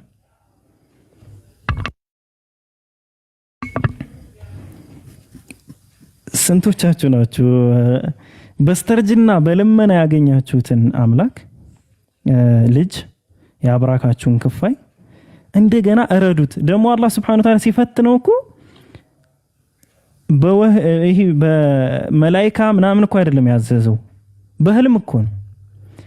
እስኪ የነብይ ህልም ራእይ ነው የታወቀ ነው። ግን እስኪ እናንተ በህልም እንኳን እንደዚህ አይደለም የሆነን ሰው የሆነ 100 ብር ስጡት እንኳን ብትባሉ በህልማችሁ ይሄ የአምላክ እንትን ነው ያንን ብር ትሰጣላችሁ ማለት ነው። እሱ እኮ በህልሙ ነው ልጅህን ረድ የተባለው። ግን የነብይ ህልም ራእይ መሆኑን ያውቃል። ስለዚህ ታዝዣለሁ ብሎ አሰበ። ታዝዣለሁ ብሎ ወጣ ማለት ነው። ምን ሊያደርግ? ሱብሃንአላህ ልጁን ሊያርድ። እና ይሄ የአላህ Subhanahu Wa Ta'ala አንድ የሆነው ብቻውን ህዝብ ተብሎ የተጠራ የሙስሊሞች ሁሉ አባት የተባለ በሃይማኖቶች ሁሉ ተከብሮ የሚኖረው የአብርሃም ታሪክ ነው። ይህ የመጀመሪያው ህዝብ የተባለ የመጀመሪያው ሰው ታሪክ የመጀመሪያው ሰው ህይወት ነው። አላህ Subhanahu Wa Ta'ala ግን ለዚህ ነገሩ የሰጠው ነገር በጣም ብዙ ነው። ሁለቱ ልጆቹን ባረከለት። በታሪክም ካያችሁት በባይብልም በቁርአንም ሁለቱ ልጆቹን ባረከለት። ሁለቱንም ልጆቹን አበዛ። ልጆችን የእስማኤልም ዘር እንደሚበዛ የይስሐቅም ዘር እንደሚበዛ ሁለቱም እንደሚባረኩ ሁለቱም ደግሞ አምላክን የሚያውቁ ህዝቦች እንደሚሆኑ ምንድነው ባረከው ማለት ነው። በልጆች ባረከው። ከዛስ ትልቅ ነገር ለኛ ለሙስሊሞች ከአብርሃም በኋላ ለመጡ ሙስሊሞች በሙሉ ትልቅን ስርዓት ሰጣቸው። የሐጅ ስርዓት። የሐጅ ስርዓት ማለት የአብርሃምን ወይም የኢብራሂም አለይሂ ሰላምን ታሪክ የምንረዳበት የምንገነዘብበት ስርዓት ነው። ይህ ስርዓት እስከ መጨረሻው ትውልድ ድረስ ዓለም ሁሉ እንዲያስበው ተደረገ። ለማን? ለኢብራሂም አለይሂ ሰላም። እያንዳንዱ ድርጊቱ በሐጅ ውስጥ እንዲካተት ተደረገ ማለት ነው። ይህ የመጀመሪያው ሰው ነው። አሁን የአምላክን እንትን እንድትረዱ ስለፈለኩ ነው። ሁለተኛ አምላክ ምን ፈለገ? አንድ ግለሰብ ነበር። አንድ ህዝብን ፈለገ። ይህንን ህዝብ በፈለገ ሰዓት ከዚህ ግለሰብ ዘሮች አወጣ። ግን ከባለጸጎችና ከባለሀብቶች አልመረጠም። የመረጠው ከምንድነው? ከባሪያዎች ነው የመረጠ። ከነማን ባሪያዎች? በግብጽ ውስጥ በፈርዖን ባርነት ውስጥ ካሉ እስራኤላውያን ባሪያዎች። እነሱን እንደራሱ ህዝብ መረጠ። ሙሳ አለይሂ ሰላምን አስነሳውና ከባርነት ነፃ አወጣቸው። ለዛ ነው አንድ ነገር በደንብ አስተውሉ። ሲምቦሊካሊ ካያችሁት ፒራሚድ ሶስቱ ማዕዘን የሰይጣን ምልክት ነው። አሁን እንደምናውቀው ምናምን ሶስቱ ማዕዘን አይሁዶች ለመታሰቢያነት ከዛ ባርነት ነፃ ያወጣቸውን ደግሞ የኪዩብ ምልክት ግንባራቸውና እጃቸው ላይ ያስራሉ። ይሄ ግንባራቸውና እጃቸው ላይ የሚያስሩት አራት ማዕዘን ግንብ የሆነ የኪዩብ ምልክት አራት የሆኑ እንትኖች ያሉት እስራኤል ሆይ ስማ ጌታ አምላካችን አንድ ጌታ ነው የሚለውን ጽሁፍ ሁሉ እዛ ጋር ኩሽክታም ወይም ቲፍሊን ይባላል። አይ ቲንክ ኩሽክታም ነው የሚባለው ወይም ደግሞ ቲፍሊን ይባላል። እሱን ነገር መታሰቢያ የምን መታሰቢያ? ከባርነት ከሶስት ማዕዘን የባርነት ምልክት ወደ ኪዩብ የነጻነት መስመር ማለት ነው። ስለዚህ በአይሁድ የነጻነት መስመር ምንድነው? ኪዩብ ነው። ለኪዩብ ምልክት ከካዕባ ጋር በ40 ዓመት የሚለያይ ቤተል መቅዲስ ላይ የተገነባው እነሱ የምድር መፈጠር መጀመሪያ የጀመረበት ብለው የሚያምኑት ያና ካዕባን እዩትና ያ የነጻነት ምልክት የነጻነት አርማ ሲሆን የኪዩብ ምልክት በሲምቦሊካል የሶስት ማዕዘን ምልክት ደግሞ የቱንም ነገር ሪፕሬዘንት ያድርግ የአጋንንታዊ ምልክት ተደርጎ ይቆጠራል ማለት ነው። ስለዚህ ከነዚህ ከባሪያ ህዝቦች አላህ Subhanahu Wa Ta'ala ህዝቦችን ስለፈለገ ከባሪያዎች መካከል ሙሴን አስነስቶ ምን አደረገ ማለት ነው? ህዝቦችን ወደ ራሱ ወሰደ። በጣም ታግሷቸው ነው። በጣም የሚያስገር አስቂኝ ስራ እኮ የሚሰሩት እስራኤላውያን በዛ ጊዜ የነበሩት። እስኪ አስቡት፣ ቀይ ባህር አሻግሯቸው ለሁለት ከፍሎ ምናምን አሻግሯቸው። እስኪ ምንም ጥቅም የሌለውን በወርቅ ጥጃ ሰርተው ሲያመልኩ ጥጃን ሰርተው ያን ሁሉ ተአምር አይተው ገና ለገና 40 ቀን ሙሴ መጽሐፍ ሊያመጣ ስለሄደ ማለት ነው። ስለዚህ አላህ Subhanahu Wa Ta'ala ጠቅለል ያደረግነው ስንመጣ መጀመሪያ አንድ ሰውን አገኘ። ከዛ አንድ ህዝብ ለዛ አንድ ህዝብ ደግሞ ምን ሰጣቸው? ህግ ሰጣቸው የሚኖሩበት። መጀመሪያ የፈጣሪ አንድ ሰው ነበር። ያ ሰው አንድ ህዝብ ሆነ። ያ ህዝብ ደግሞ ቀጥሎ ምን ተሰጠው? መመሪያ ተሰጠው፣ ህግ ተሰጠው። ያ ህግ ግን ጠንካራ ህግ ነበር፣ የሙሴ ህግ የሚባለው ማለት ነው። እነዚህ ትውልዶች አለፉ። ያ ህዝብ መሪ አግኝቷል፣ መምህር አግኝቷል፣ ህግ አግኝቷል፣ ንጉስ ግን የለውም። ከጊዜ በኋላ ዳውድ አለይሂ ሰላም ተነሳና ያ ዳውድ ወይም ደግሞ ዳዊት ንጉስ ሆነ። በዳዊትና በሱለይማን ንግስናን ሰጠ ማለት ነው። ለማን? ለነዚህ ህዝቦች። ይሄ ነው ቲፍሊን የሚባለው ምልክት ግንባራቸው ላይ የሚያደርጉት ይሄ ነው። 4 ኮንሴፕቶች አሉት። ከዛ ውስጥ አንዱ የነጻነት ምልክትና ሌላኛው ደግሞ ሼማ እስራኤሎ ያህዌ ኤሎሃይኑ ያህዌ ኻድ የሚለው ወይም ደግሞ እስራኤሎች ስማ ጌታ አምላካችን አንድ ጌታ ነው የሚለው ነው ማለት ነው። ሁለቱን ረስቻቸዋለሁ። አይ ቲንክ የፍጥረታት መጀመሪያ ምልክት የተመረጡበት ህዝብ ምናምን እንደዛ ነው። ብቻ 4 እንትኖች አሉት እና ይሄ ኪዩብ ምልክት የነጻነት ምልክታቸው ሲሆን የባርነት ምልክት ደግሞ የሶስት ማዕዘን ምልክት ነው። እንግዲህ ሶስት ማዕዘን የባርነት ምልክት ነውና ማንን እንደሚያመለክት እናንተ ማሰብ ትችላላችሁ ማለት ነው። ለማንኛውም አሁን ወደዚህ ሐሳብ ስንመጣ አላህ Subhanahu Wa Ta'ala እንግዲህ አካሄዱን እዩት። አንድ ሰው መረጠ፣ ከዛ አንድ ህዝብን አስነሳ፣ ህግን ሰጣቸው፣ ከጊዜ በኋላ ንጉስን ሰጣቸው። ስለዚህ አንድ ንጉስ አለ፣ ህግ አላቸው፣ ህዝብ አለ። ግን እነዛ ሰዎች የሚከተሉት ህግን በምን ምክንያት ነው? ህግን የሚከተሉበት ትልቁ ምክንያት ምንድነው? እንዲህ ከሆናችሁ እንዲህ ትሆናላችሁ፣ ትጠፋላችሁ በሚል ነው። ስለዚህ ፍቅርን የሚያስተምር የሆነ አካል ያስፈልጋቸዋል። ህግን የሚሽርባቸው ሳይሆን ለዛ ህግ በፍቅር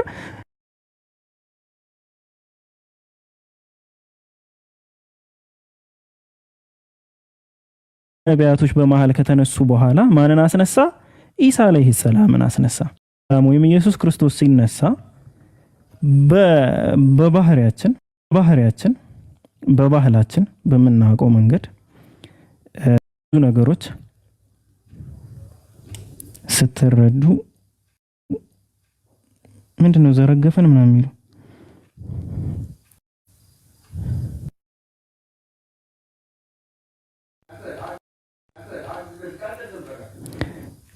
እሺ ሰዎች ድምፅህን አሰማ እስኪ።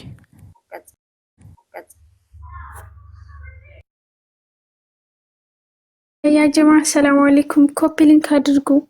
ሪፖርት እየተደረገ ስለሆነ ያው እኛም ስለተመሰጥን ነው መሰለኝ።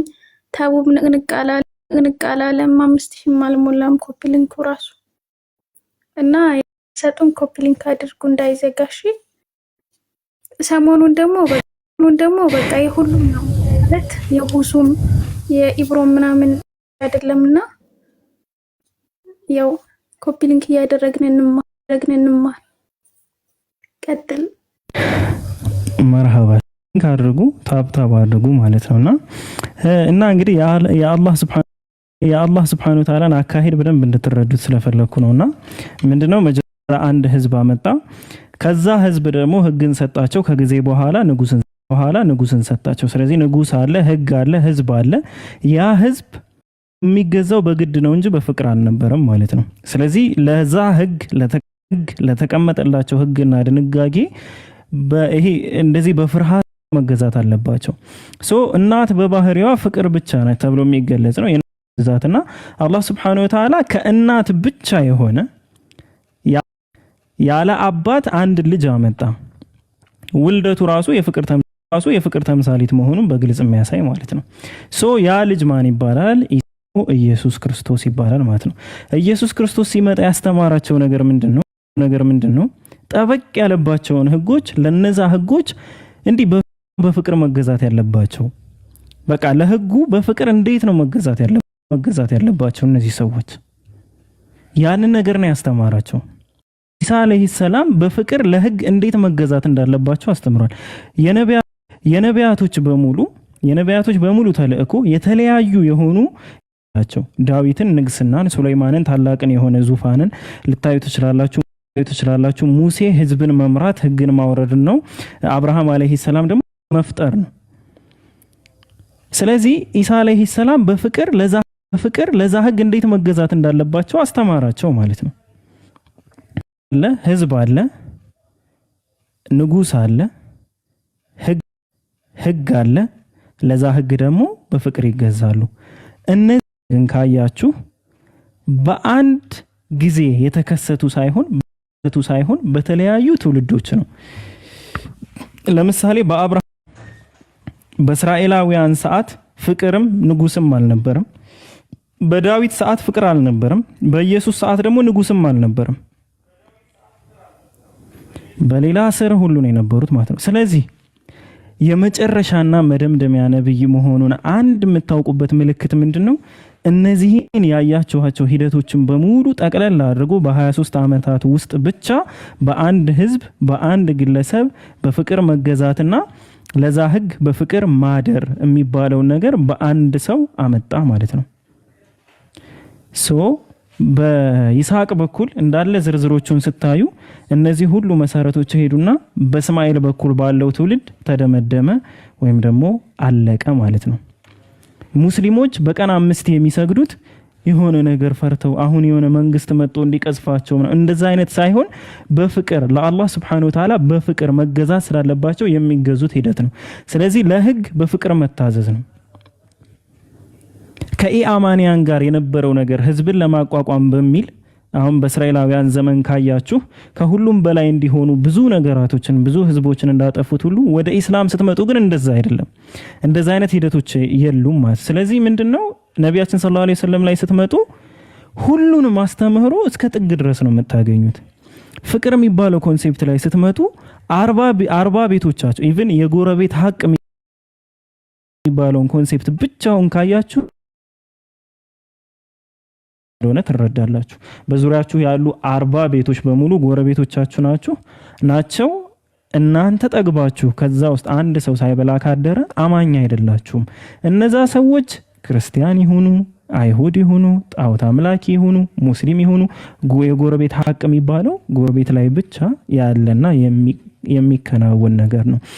ነቢያችን ሰለላሁ ዐለይሂ ወሰለም እንደ ኢብራሂም አስቧቸው።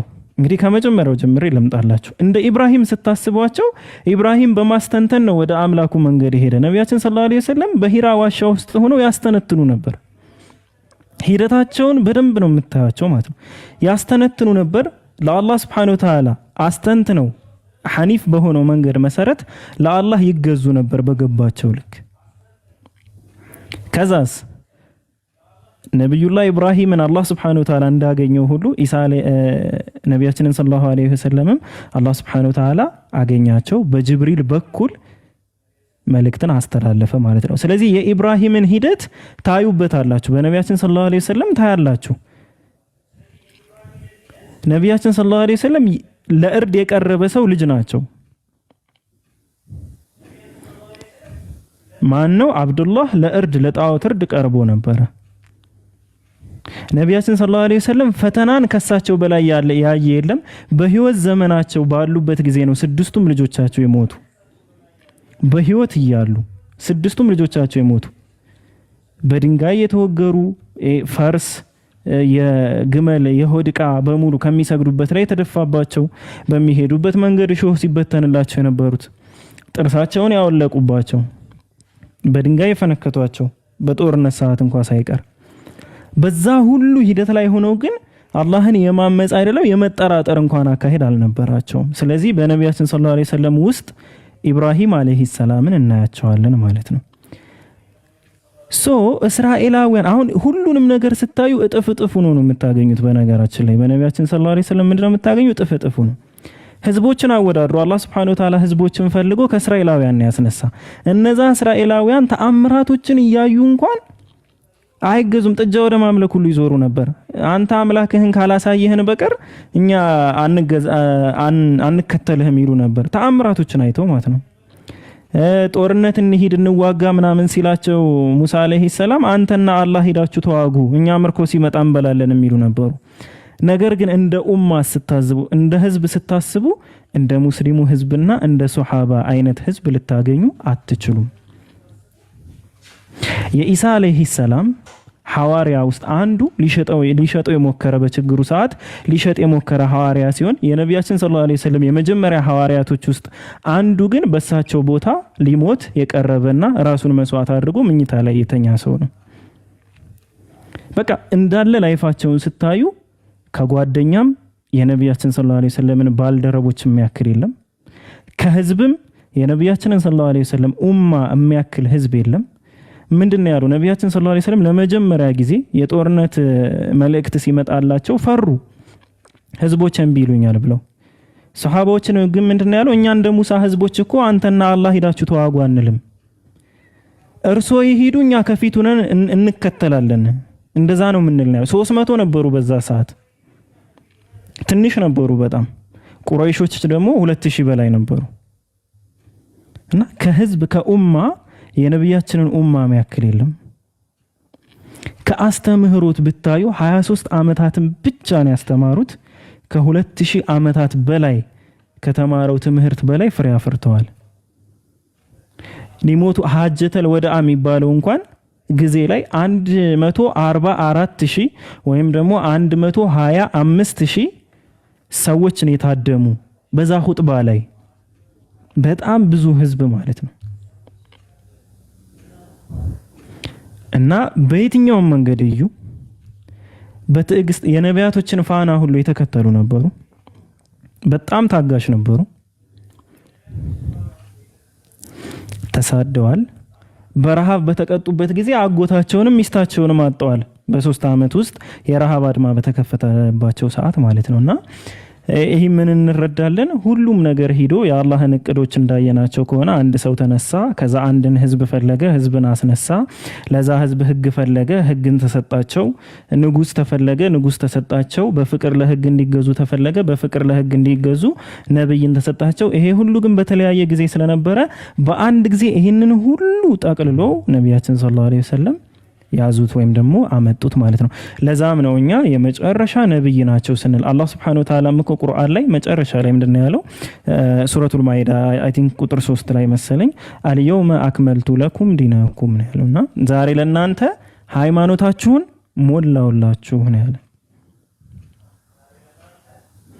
ሃይማኖታችሁን ሞላውላችሁ። ስለዚህ ያ የነበሩት ፕሮሰሶች የነበሩት የእምነት ሂደቶች መጨረሻ ላይ የተሞሉት በማን ጊዜ ነው? በነቢያችን ሰለላሁ ዐለይሂ ወሰለም ጊዜና ዘመን ነው ማለት ነውና የመጨረሻ ነብይ መሆናቸውን የምታውቁባቸው ብዙ ምክንያቶች ውስጥ አንዱ ይሄ ነው። ሁለተኛ ደግሞ ሙሉ አይሆንም ዛሬ ነው ለእናንተ ሃይማኖታችሁን የሞላውላችኋል። እዩት፣ የትኛውንም ሃይማኖት ብታዩ ጎደሎ ነው። የትኛውንም ሃይማኖት ብታዩ ጎደሎ ነው። ሙሉ የሚባል ነገር የለውም። እስልምና ሃይማኖት ብቻ ነው። ከእንቅልፋችሁ ስትነሱ ከምታደርጉት ነገር ጀምሮ ሐማም ስትገቡ ከሐማም ስትወጡ ሽንት ቤት ማለት ነው ተርጎም ነበር ተረጎምኩት ይሁን እንግዲህ ጆራችሁ ይቻላል እና ከዛ ስትገቡም ስትወጡም ስትበሉም ከበላችሁ በኋላም ስትተኙም ከመተኛታችሁ በፊትም ወደ መስጂድ ስትሄዱም ከመስጂድ ስትወጡም እነዚህ ሁሉ ጸሎቶች እኛ የዘወትር ውዳሴ የእንትና ውዳሴ እንትና የሚባል በተለያየ ጊዜ የዳበረ ሳይሆን በአንድ ሰው በአንድ ነብይ ብቻ የተላለፉ ትምህርቶች ነው ያሉን። ኦኬ ውዳሴ እንትና ውዳሴ የሚባሉ ጸሎቶች አሉ። እነዛ ሁሉ በአንድ ጊዜ በአንድ ዘመን የመጡ ሳይሆን እነዛ ሁሉ ተደምረው እንኳን ነብያችን ሰለላሁ ዐለይሂ ወሰለም ያስተማሯቸውን ዱዓዎች አይተኩም ወይም ደግሞ እዛ ደረጃ ላይ አይደርሱም። ስለዚህ በአንድ ሰው ነው የተማርነው። ይሄን እስከምን ድረስ? እስከ መለኮታዊው አምላክ እስከ ታላቁ ኃያሉ አምላክ ድረስ ማለት ነው። ታላቁ ኃያሉ አምላክ እንኳን ጨምሮ ከኢስላም ውጭ ሙሉ የሆነ መልስ የምታገኙበት ሌላ ሃይማኖት አታገኙም። ለምን ሲባል እሳቸው የመጨረሻ ነብይ ስለሆኑ አልየውመ አክመልቱ ለኩም ዲነኩም ስላላቸው አላህ Subhanahu Wa Ta'ala ዛሬ ለእናንተ ሃይማኖታችሁን ሞላውላችሁ። የተሞላው በሳቸው ነው። ከዛ ውጭ ሁሉም ጎደሎ ነው።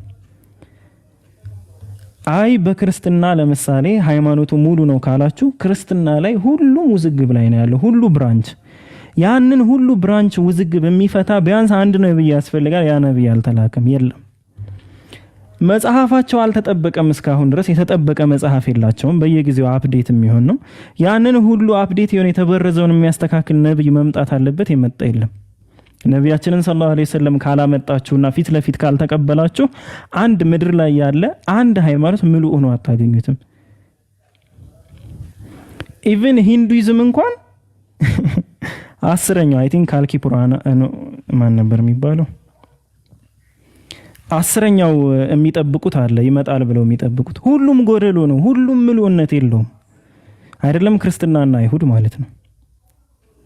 እና ነብያችን ሰለላሁ ዐለይሂ ወሰለም ካልመጡ ምንም የሚሞላ ሃይማኖት የለም። ምንም አይነት የሚሞላ ሃይማኖት አታገኙም። ምክንያቱም የመጨረሻው መደምደሚያው ነብይ እሳቸው ናቸው። በእሳቸው ግን ሁሉ ተሞልቷል። ያልተሞላ ምንም ነገር የለም። ለዛ ነው ህይወታቸውን ስታዩት በጣም ሃርድ የነበረ ህይወት ነው። ኦኬ 9 ሚስት ወይም 11 ሚስት ማስተዳደር ማለት በጣም ሃርድ ነው። ያም ማስተዳደር ብቻ አይደለም። በነገራችን ላይ የሚያገቡበት ምክንያቶችን እንኳን ስታዩ ያገቡበትን ምክንያቶች እንኳን ስታዩ የመጨረሻ ነብይ መሆናቸውን ትረዳላችሁ። ለምን? እነዛ ሁሉ በማግባታቸው ያሳኳቸው ሚናዎች ሁሉ መሳካት ስላለባቸው የግድ የግድ መሳካት ስላለበት ከትዳር ውጭ ደግሞ የማይሳኩ ጉዳዮች ስለነበሩ አብዛኞቹ ውድቅ የሆነው ባህላቸውን ጨምሮ የዘይድ ኢብኑ ሐሪሳና የዘይድ ኢብኑ ሐሪሳ መሰለኝ የሚባለው እና የነቢያችን ጉዳይ አይደለም የሚነሳ በአይ ቲንክ ዘይነብ እሱን ታሪክ እንኳን ብታዩ የባሪያን ሚስት አንድ ባሪያ ያልሆነ የዛ ባሪያ አሳዳሪ የነበረ አካል አያገባትም። እሷ ግን የባላባት ልጅ ነበረች። እየናቀችው ነው ዘይድ ኢብኑ ሐሪሳን እየናቀችው ነበር አብራምት ነው። ለምን? እሱ ባሪያ ስለነበረ፣ ዘይድ ኢብኑ ሐሪሳ ባሪያ ስለነበረ። ይሄ እንኳን የሰበሩት በሳቸው ትዳር ነው። እንዴት የባሪያውን ልጅ አገባ ተብሎ የተወራ ማለት ነው። እንዴት የባሪያን ሚስት የባሪያ ልጅ እንዴት የባሪያን ሚስት ያገባል የተባለበትና ይሄ ሁሉ ምንድነው ሂደቱን በደንብ ስትረዱና ስታጠኑት ሃይማኖቱ ለመሙላቱ ይሄ ሁሉ መሰረት ነው። አይሻ ረዲየላሁ አንሃ ባታገባቸው ነቢያችንን ሰለላሁ ዐለይሂ ወሰለም ብዙ ትምህርቶች በእንጭጩ ነበር የሚቋረጡ። ስለ ሴቶች የተማራችኋቸው አብዛኞቹም ትምህርቶች እኛ እንኳን ስለ ነቢያችን ሰለላሁ ዐለይሂ ወሰለም ስለ ጀናባ ጥበት በሉ ስለ ብዙ ነገሮች የተማርንባቸውን ትምህርቶች ከአይሻ ሐዲሶችን ያገኘ ነው። አይሻ ካስተላለፈቻቸው ከ2000 በላይ ከሆኑ ሐዲሶችን ያገኘ ነው። ስለዚህ ነቢያችን ሰለላሁ ዐለይሂ ወሰለም አይሻን አላገቧትም ማለት መልእክቱ ራሱ ሙሉ አይሆንም፣ አይሞላም ማለት ነው። ለመሙላት የሆነ አካል ያስፈልጋል ማለት ነው። በካራክተር አንድ ሰው የተሟላ ሆኖ እንዴት ነው እነዚህን ነገር ሊሞላ የሚችለው ነው ሌላኛው ኮንሴፕት። ነቢያችን ሰለላሁ ዐለይሂ ወሰለም በካራክተር የተሟሉ ስለነበሩ ሀያ ስለነበራቸው ሴቶቹን እንኳን በግልጽ ስለ የወር አበባ ጥበት ለመናገር ያፍሩ ነበር። ፈጠጥ ያሉ ሰው ቢሆኑም ጥያቄ ነው የሚነሳው። እንደዚህ አድርገሽ አጥጁ ምናምን ብለው እንኳን ቢናገሩ እንዴት መጽዳት እንዳለበት ለነብይነት ጥያቄ ታነሳላችሁ። ለምን? ካራክተራቸው ሙሉ አይደለም ስለምትሉ፣ ሀያ የላቸውም ልትሉ ስለምትችሉ። ኢቭን ይሄ እንኳን ሳይጓደል ነው በአይሻ በኩል የተሞላው። የሳቸው ሀያ የሳቸው ካራክተር ሳይጓደል ማለት ነውና በነብይነት መስፈርት ውስጥ ካስቀመጣችሁ ከነቢያችን ሰለላሁ ዐለይሂ ወሰለም ውጭ የነብይነትን መስፈርት የሚያሟላ አንድም ሰው ልታገኙ አትችሉም። ነቢያችን የሚያሟሉትን መስፈርት ማንም ሰው አያሟላም። ነቢያችን የሚያሟሉትን መስፈርት አንድም ሰው አያሟላም። ሌላው አካል የሚያሟላው መስፈርት በሙሉ ግን ነቢያችን ሰለላሁ ዐለይሂ ወሰለም ያሟላሉ። ስለዚህ አንድ ሰው በ23 ዓመት ውስጥ ብቻ ይህንን ሁሉ ትምህርቶች ማስተማሩ ያውም የማይጽፍ የማያነብ ነብይ ማለት ነው። አንነብይል ኡሚ የተባሉ የማይጽፉ የማያነቡ የነበሩ ሰው ከጻፏቸው በሺህ ከሚቆጠሩ መጽሐፍቶች በላይ ግን ዕውቀት አስተላልፈዋል። በስንት ዓመት? በ23 ዓመት ብቻ። የለም የት ነው የምታገኙት? ለኛ ለመላካቸው ደግሞ ምንድነው ምክንያቱ? ምንድነው ምልክቱ ካላችሁ ቁርአንን ማየት ነው። ቁርአን ላይ ያሉ ተአምራቶች ኤግዛክት እኛን የሚመለከቱ ተአምራቶች አሉ። በዘመኑ የነበሩ ሰዎች በቋንቋዊ ውበቱ ቢደነቁ ቢደመሙ ምናምን በቋንቋዊ ውበቱ፣ እኛ ደግሞ በሳይንሳዊ ውበቱም በእውነታውም በተገለጹ ነገሮችም እየተደመምን ይሄ አምላክ ቃል ነው እያልን ይኸዋለን ማለት ነው። እስካሁን የተራሮችን እንቅስቃሴ፣ የደመናን ክብደት፣ የፈርዖንን ከወንዝ መውጣት ይህ በዘመናችን ያየናቸው በዘመናችን ያወቅናቸው ነገራቶች ማለት ነው። እና ያ ነገር ምንድነው የሚያሳየው? ለዛ ለነበረው ህዝብ ሳይሆን እነዚህ ምልክቶች ለኛ ነበሩ፣ ለኛ ናቸው። እኛ በዚህ ዘመን ላለን ሰዎች ከኛ ውጭ ማንም ሰው ሊያገኛቸው ሊያውቃቸው አይችልም። የ700 ዓመት ርቀት ተብሎ በጊዜ ገደብ ሲለኩ ጊዜያቶች በጊዜ እንደሚለኩ ከዓለም ውጭ ያሉ ፕላኔቶችን በጊዜ በብርሃን ፍጥነት በዚህ ያክል ዓመት እያልን በጊዜ እንደሚለኩ እንኳን በሳቸው ነው ያወቅን። ኢቭን የሰው ልጅ እንኳን ከዓለም ውጭ ወጥቶ ወደ ፈለክ እንደሚንቀሳቀስ እንኳን የነገረን ቁርአን ነው። የሰማያትን በሮች አልፈው በሄዱ ኑሮ እንደ እውሮች በሆኑ ነበር ብሎ ያስቀመጠው ቁርአን። አሁን እዛ ደርሰው የመጡ ሰዎች ላልተወሰነ ጊዜ የአይን መታወር ጊዜ እንትኖችን ያስተናግዱ ነበር። ይህንን ሁሉ እንኳን ይፋ ያደረገው ግልጽ ያደረገልን ለኛ ስለወረደ እኛ ብቻ ስለሚገባን እኛ ብቻ ስለምንረዳው ነው። እነሱ የቋንቋ ውበቱን ነው የሚያዩት በጊዜው የነበሩ ሰዎች። እኛ ግን አሁን ላይ ሁሉንም ነው የምናየው። ቁርአን ጊዜያቶች በሄዱ ቁጥር ተአምራቱ እያደገ ከፍ እያለ እየጨመረ የሚመጣ ብቸኛ መለኮታዊ መጽሐፍ ነው። በዛ ጊዜ ነበር እንደዚህ ብለን አይደለም እናቆመው። ጊዜያቶች በሄዱ ቁጥር ተአምራቶቹ እየጨመሩ ነው የመጡ፣ እየቀነሱ እንኳን አልመጡም። እና ይህንን ማየት እንችላለን። አይ ቲንክ እኔ ከዚህ በኋላ ከቆየው ራሱ ጉሮሬ ይዘጋል ብዬ አስባለሁ። እነ ኡስታዝ አቡ ሙአዊያ ቀጥሉ ኢንሻአላህ።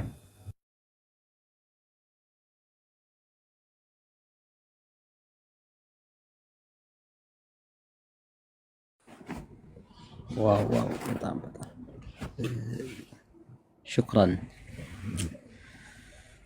ጀዛከላሁ ኸይር መሐሰን ጀዛ። እናመሰግናለን። ከዚህ በኋላ የምቀጥለው የለኝም። ያው ሌሎቻችሁ መቀጠል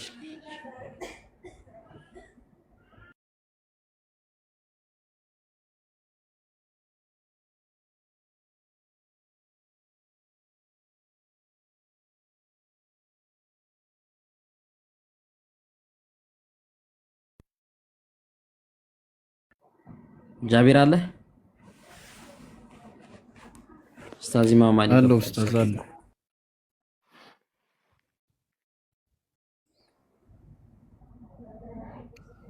ኡስታዝ ኢማም አሊ ሰላም አለይኩም። ወአለይኩም ሰላም ወራህመቱላሂ ወበረካቱ። እንዴት ናችሁ? ሁላችሁም ደህና ናችሁ? ታላቁ ወይ ኡስታዝ ሰላም አለይኩም። ኢላሀ ኢላላህ የት ደህና ነው አንተ? ይባላህ ደህና ነህ? አልሐምዱሊላህ። ያው ትንሽ የሚመች አይነት ሁኔታ ላይ አይደለም። ዛሬ ነው ራሱ እንትን ያልኩት። እኔ እኮ ግራ ገብቶኝ ጠፋ። ትናንትም ጃቢርን አግኝቼው ነበር ሳልጠይቀው ቀረሁ። እንኳን ደህና መጣህ። ችግር የለውም። ያው እኮ ነው ምን ጊዜው ሲመጡ መቀበል ሲሄዱ መሸኘት የለሆነ ወላሂ ድንገት መሄድ ድንገት መምጣት ችግር የለም። እንኳን ደህና መጣህ። እንኳን ደህና ቆየ። አልሐምዱሊላህ ደግ እንኳን ደህና ተገናኘን። ጃቢሩ እንዴት ነህ? ኡስታዝ ደህና ነኝ። እንዴት ኖት? አልሐምዱሊላህ። ሸዎቹ እንዴት ነዎት? አቡ ማን ነው የሚለው? አላህ አቡ ሙአዊያ አቡ ሙአዊያ። ይሄ እንደው